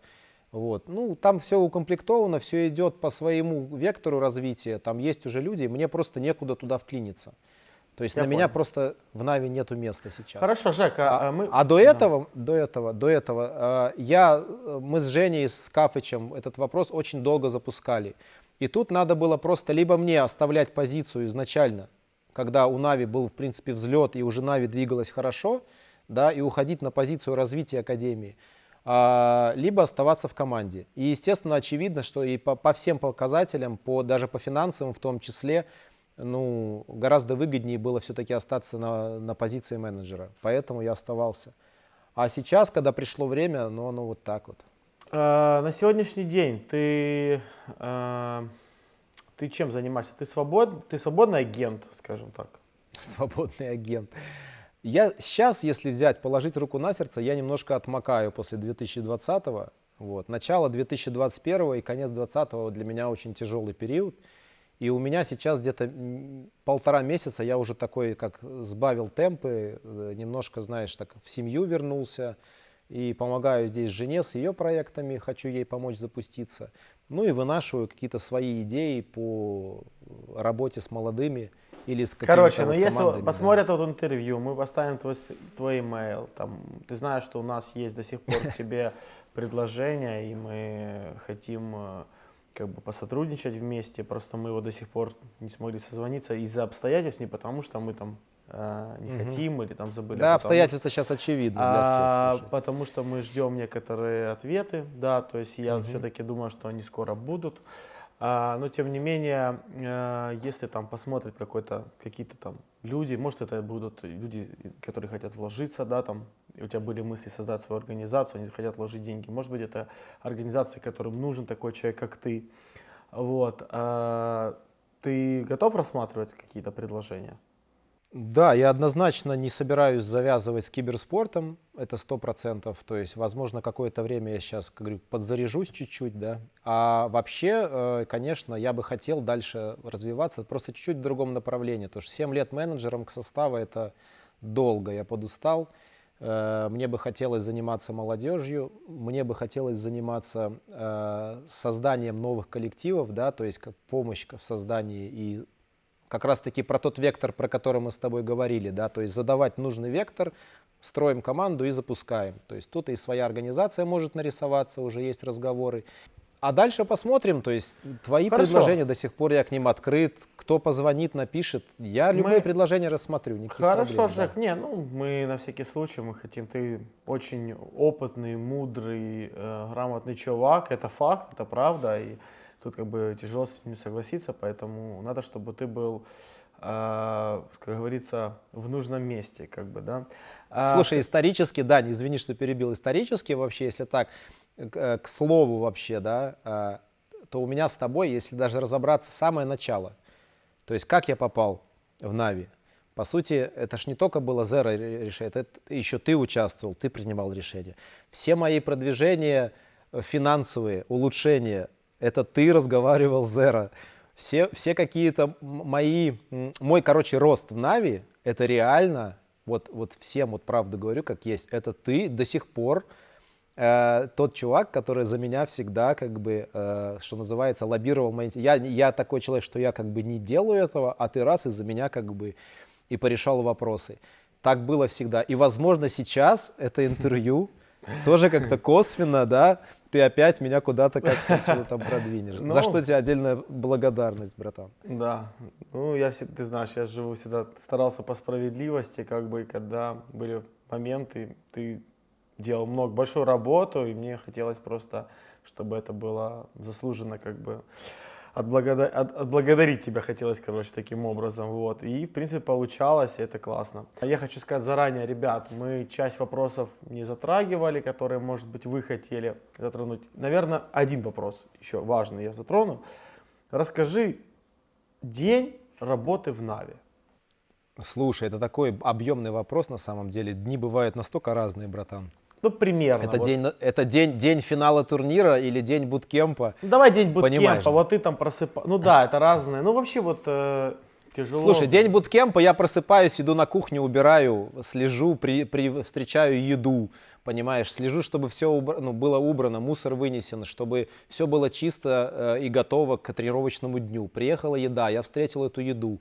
То есть зарядил какие-то там, вот попил чаек, потренировался, с вами сделал разминку, когда вы проснулись. А потом как бы я выполняю какие-то оперативные задачи, там встречаю, например, медиакоманду, которая приехала, или отвечаем на вопросы, или же кто-то какие-то дополнительные, ну, например, там из последнего надо было, там, знаешь, ребятам тесты сдать, там, я там раз обзваниваю компании, там, пока они тренируются, где им сдать тест на ковид, например, еще что-то. И вот как бы момент, где я предоставлен себе. Потом я слежу, чтобы они покушали, потом я слежу, чтобы они как бы выполнили какие-то указания фитнес-тренера, это из последнего, знаешь, там.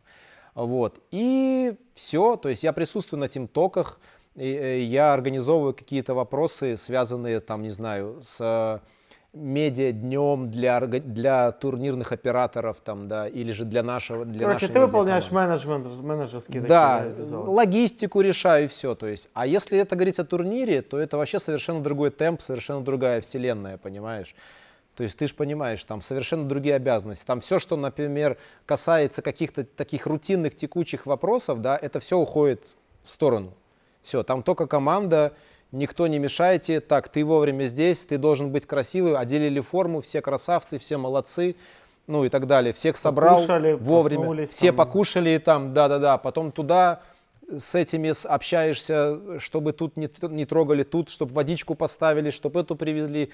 Ну и все, и потом все, игра, понимаешь. Это совсем тоже, ты как бы все, что надо делать в Нави, вот здесь, да, тут сейчас надо победить, а вот это пока уходит на второй план. Потом опять раз рутина вернулась, понимаешь, и начинается. Очень важную и ключевую роль сыграл, я считаю, в команде Нави и до сих пор играет такой человек, как Глеб.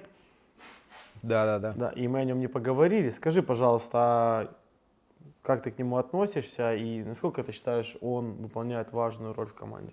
Так как я, в принципе, прошел этот путь, который сейчас, ну, на другом уровне, но все равно, я понимаю прекрасно, какая это, ну, тяжелая и порой неблагодарная, в принципе, работа, да, работать со звездными игроками или с такой командой, которая, вот, ну, не до конца, или, в принципе, с ребятами, которые не до конца понимают роль психолога, да, в коллективе. Вот. И это очень сложно добиться вот уважения, расположения к себе. То есть реально, ну, наверное, у Глеба вот ушло долгое время, как бы, чтобы как бы он реально запустился.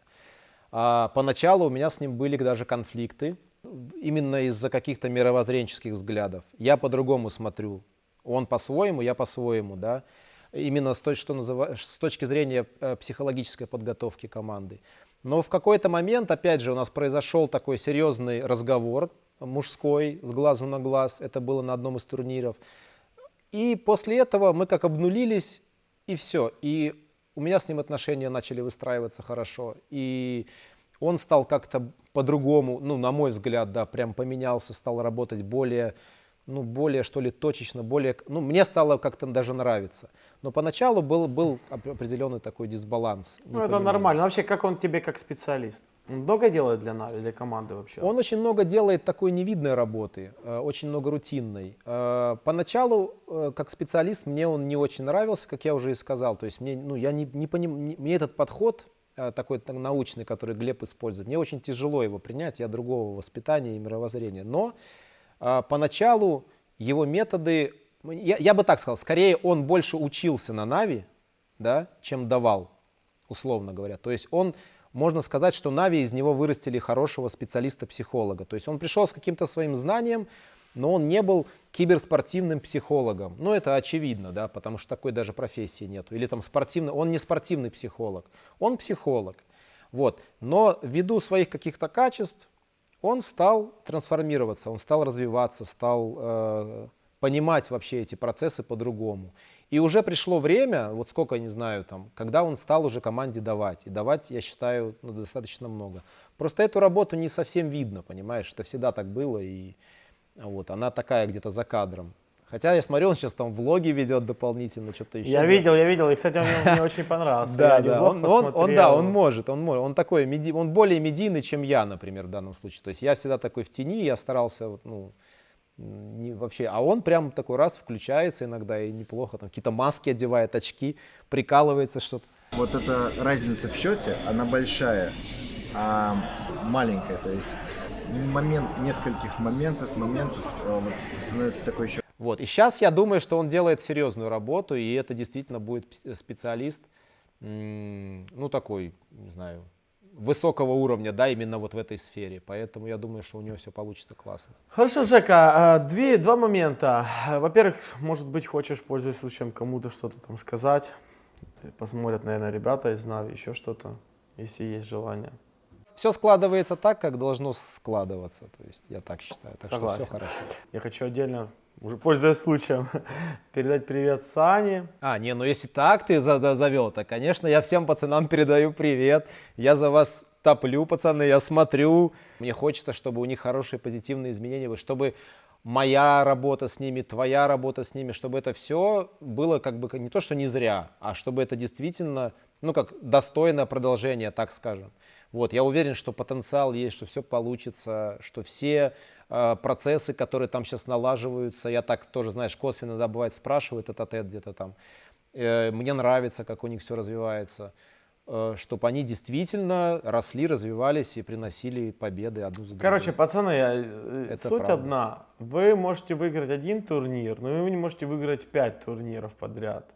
Поэтому вам нужно собраться и зарядиться энергией настолько, чтобы у вас 5 турниров было как один турнир. То есть настроиться на 5 турниров настолько максимально эмоционально, мощно, чтобы вы вот отдавались полностью процессу, именно заряжались. Потому что вот последний турнир, который вы проиграли, у вас не было того заряда, который был до этого. Вы как-то вот играли вот спокойно, легко, как-то вот в такой легкий Counter-Strike, но вот это вот жесткости этого не хватило. Вот хочется, чтобы вы реально стали командой. Короче, хочется стабильности пацанам пожелать. То есть, чтобы они действительно держали какую-то планку и не опускались ниже, как вот у них. Они могут себе позволить выиграть там кого угодно, разнести. Так всегда было. А потом раз и что-то как-то как сбавляют обороты и не дожимают, расслабляются. Надо кое-что в корне менять, особенно в тренировочном процессе. Ну, Вот. ребята разберутся, тут Да, уже как бы они да, пусть решают. Это уже все, ребята, Это вам факт, огромное. это факт. Вы крутые. Ебашьте, мы вас любим. Конкурс.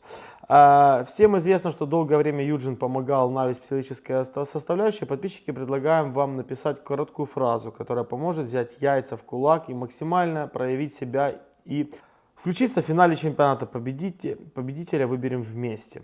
То есть, соответственно, какую-то фразу, да, что-то напишите, ребят, такую поддержку, как бы, которую можно сказать эту фразу, и ребята взбодрятся, соберутся и будут лупить. Короткую фразу, которая передавала бы некий такой боевой настрой, правильно? Включит Да, на победу, да. может быть сложный момент, может быть в ситуации, когда они там проигрывают, еще что-то. Вот такая вот реальная фраза, которая может, было бы классно, если бы команда начала ей пользоваться. Но мы этот коммент будем выбирать уже не рандомно, а мы будем его выбирать сами. То есть тот, который нам понравится, реально, который зайдет, мы выберем, потому что мы уже победители прошлых интервью на конкурс выбрали, всем подарки сейчас постепенно отправляем, и весь этот процесс работает, друзья, поэтому, пожалуйста, пишите действительно стоящие слова в поддержке, чтобы мы выбрали самые лучшие и постараемся, чтобы Нави реально ими пользовались. Представьте себе, как это будет круто.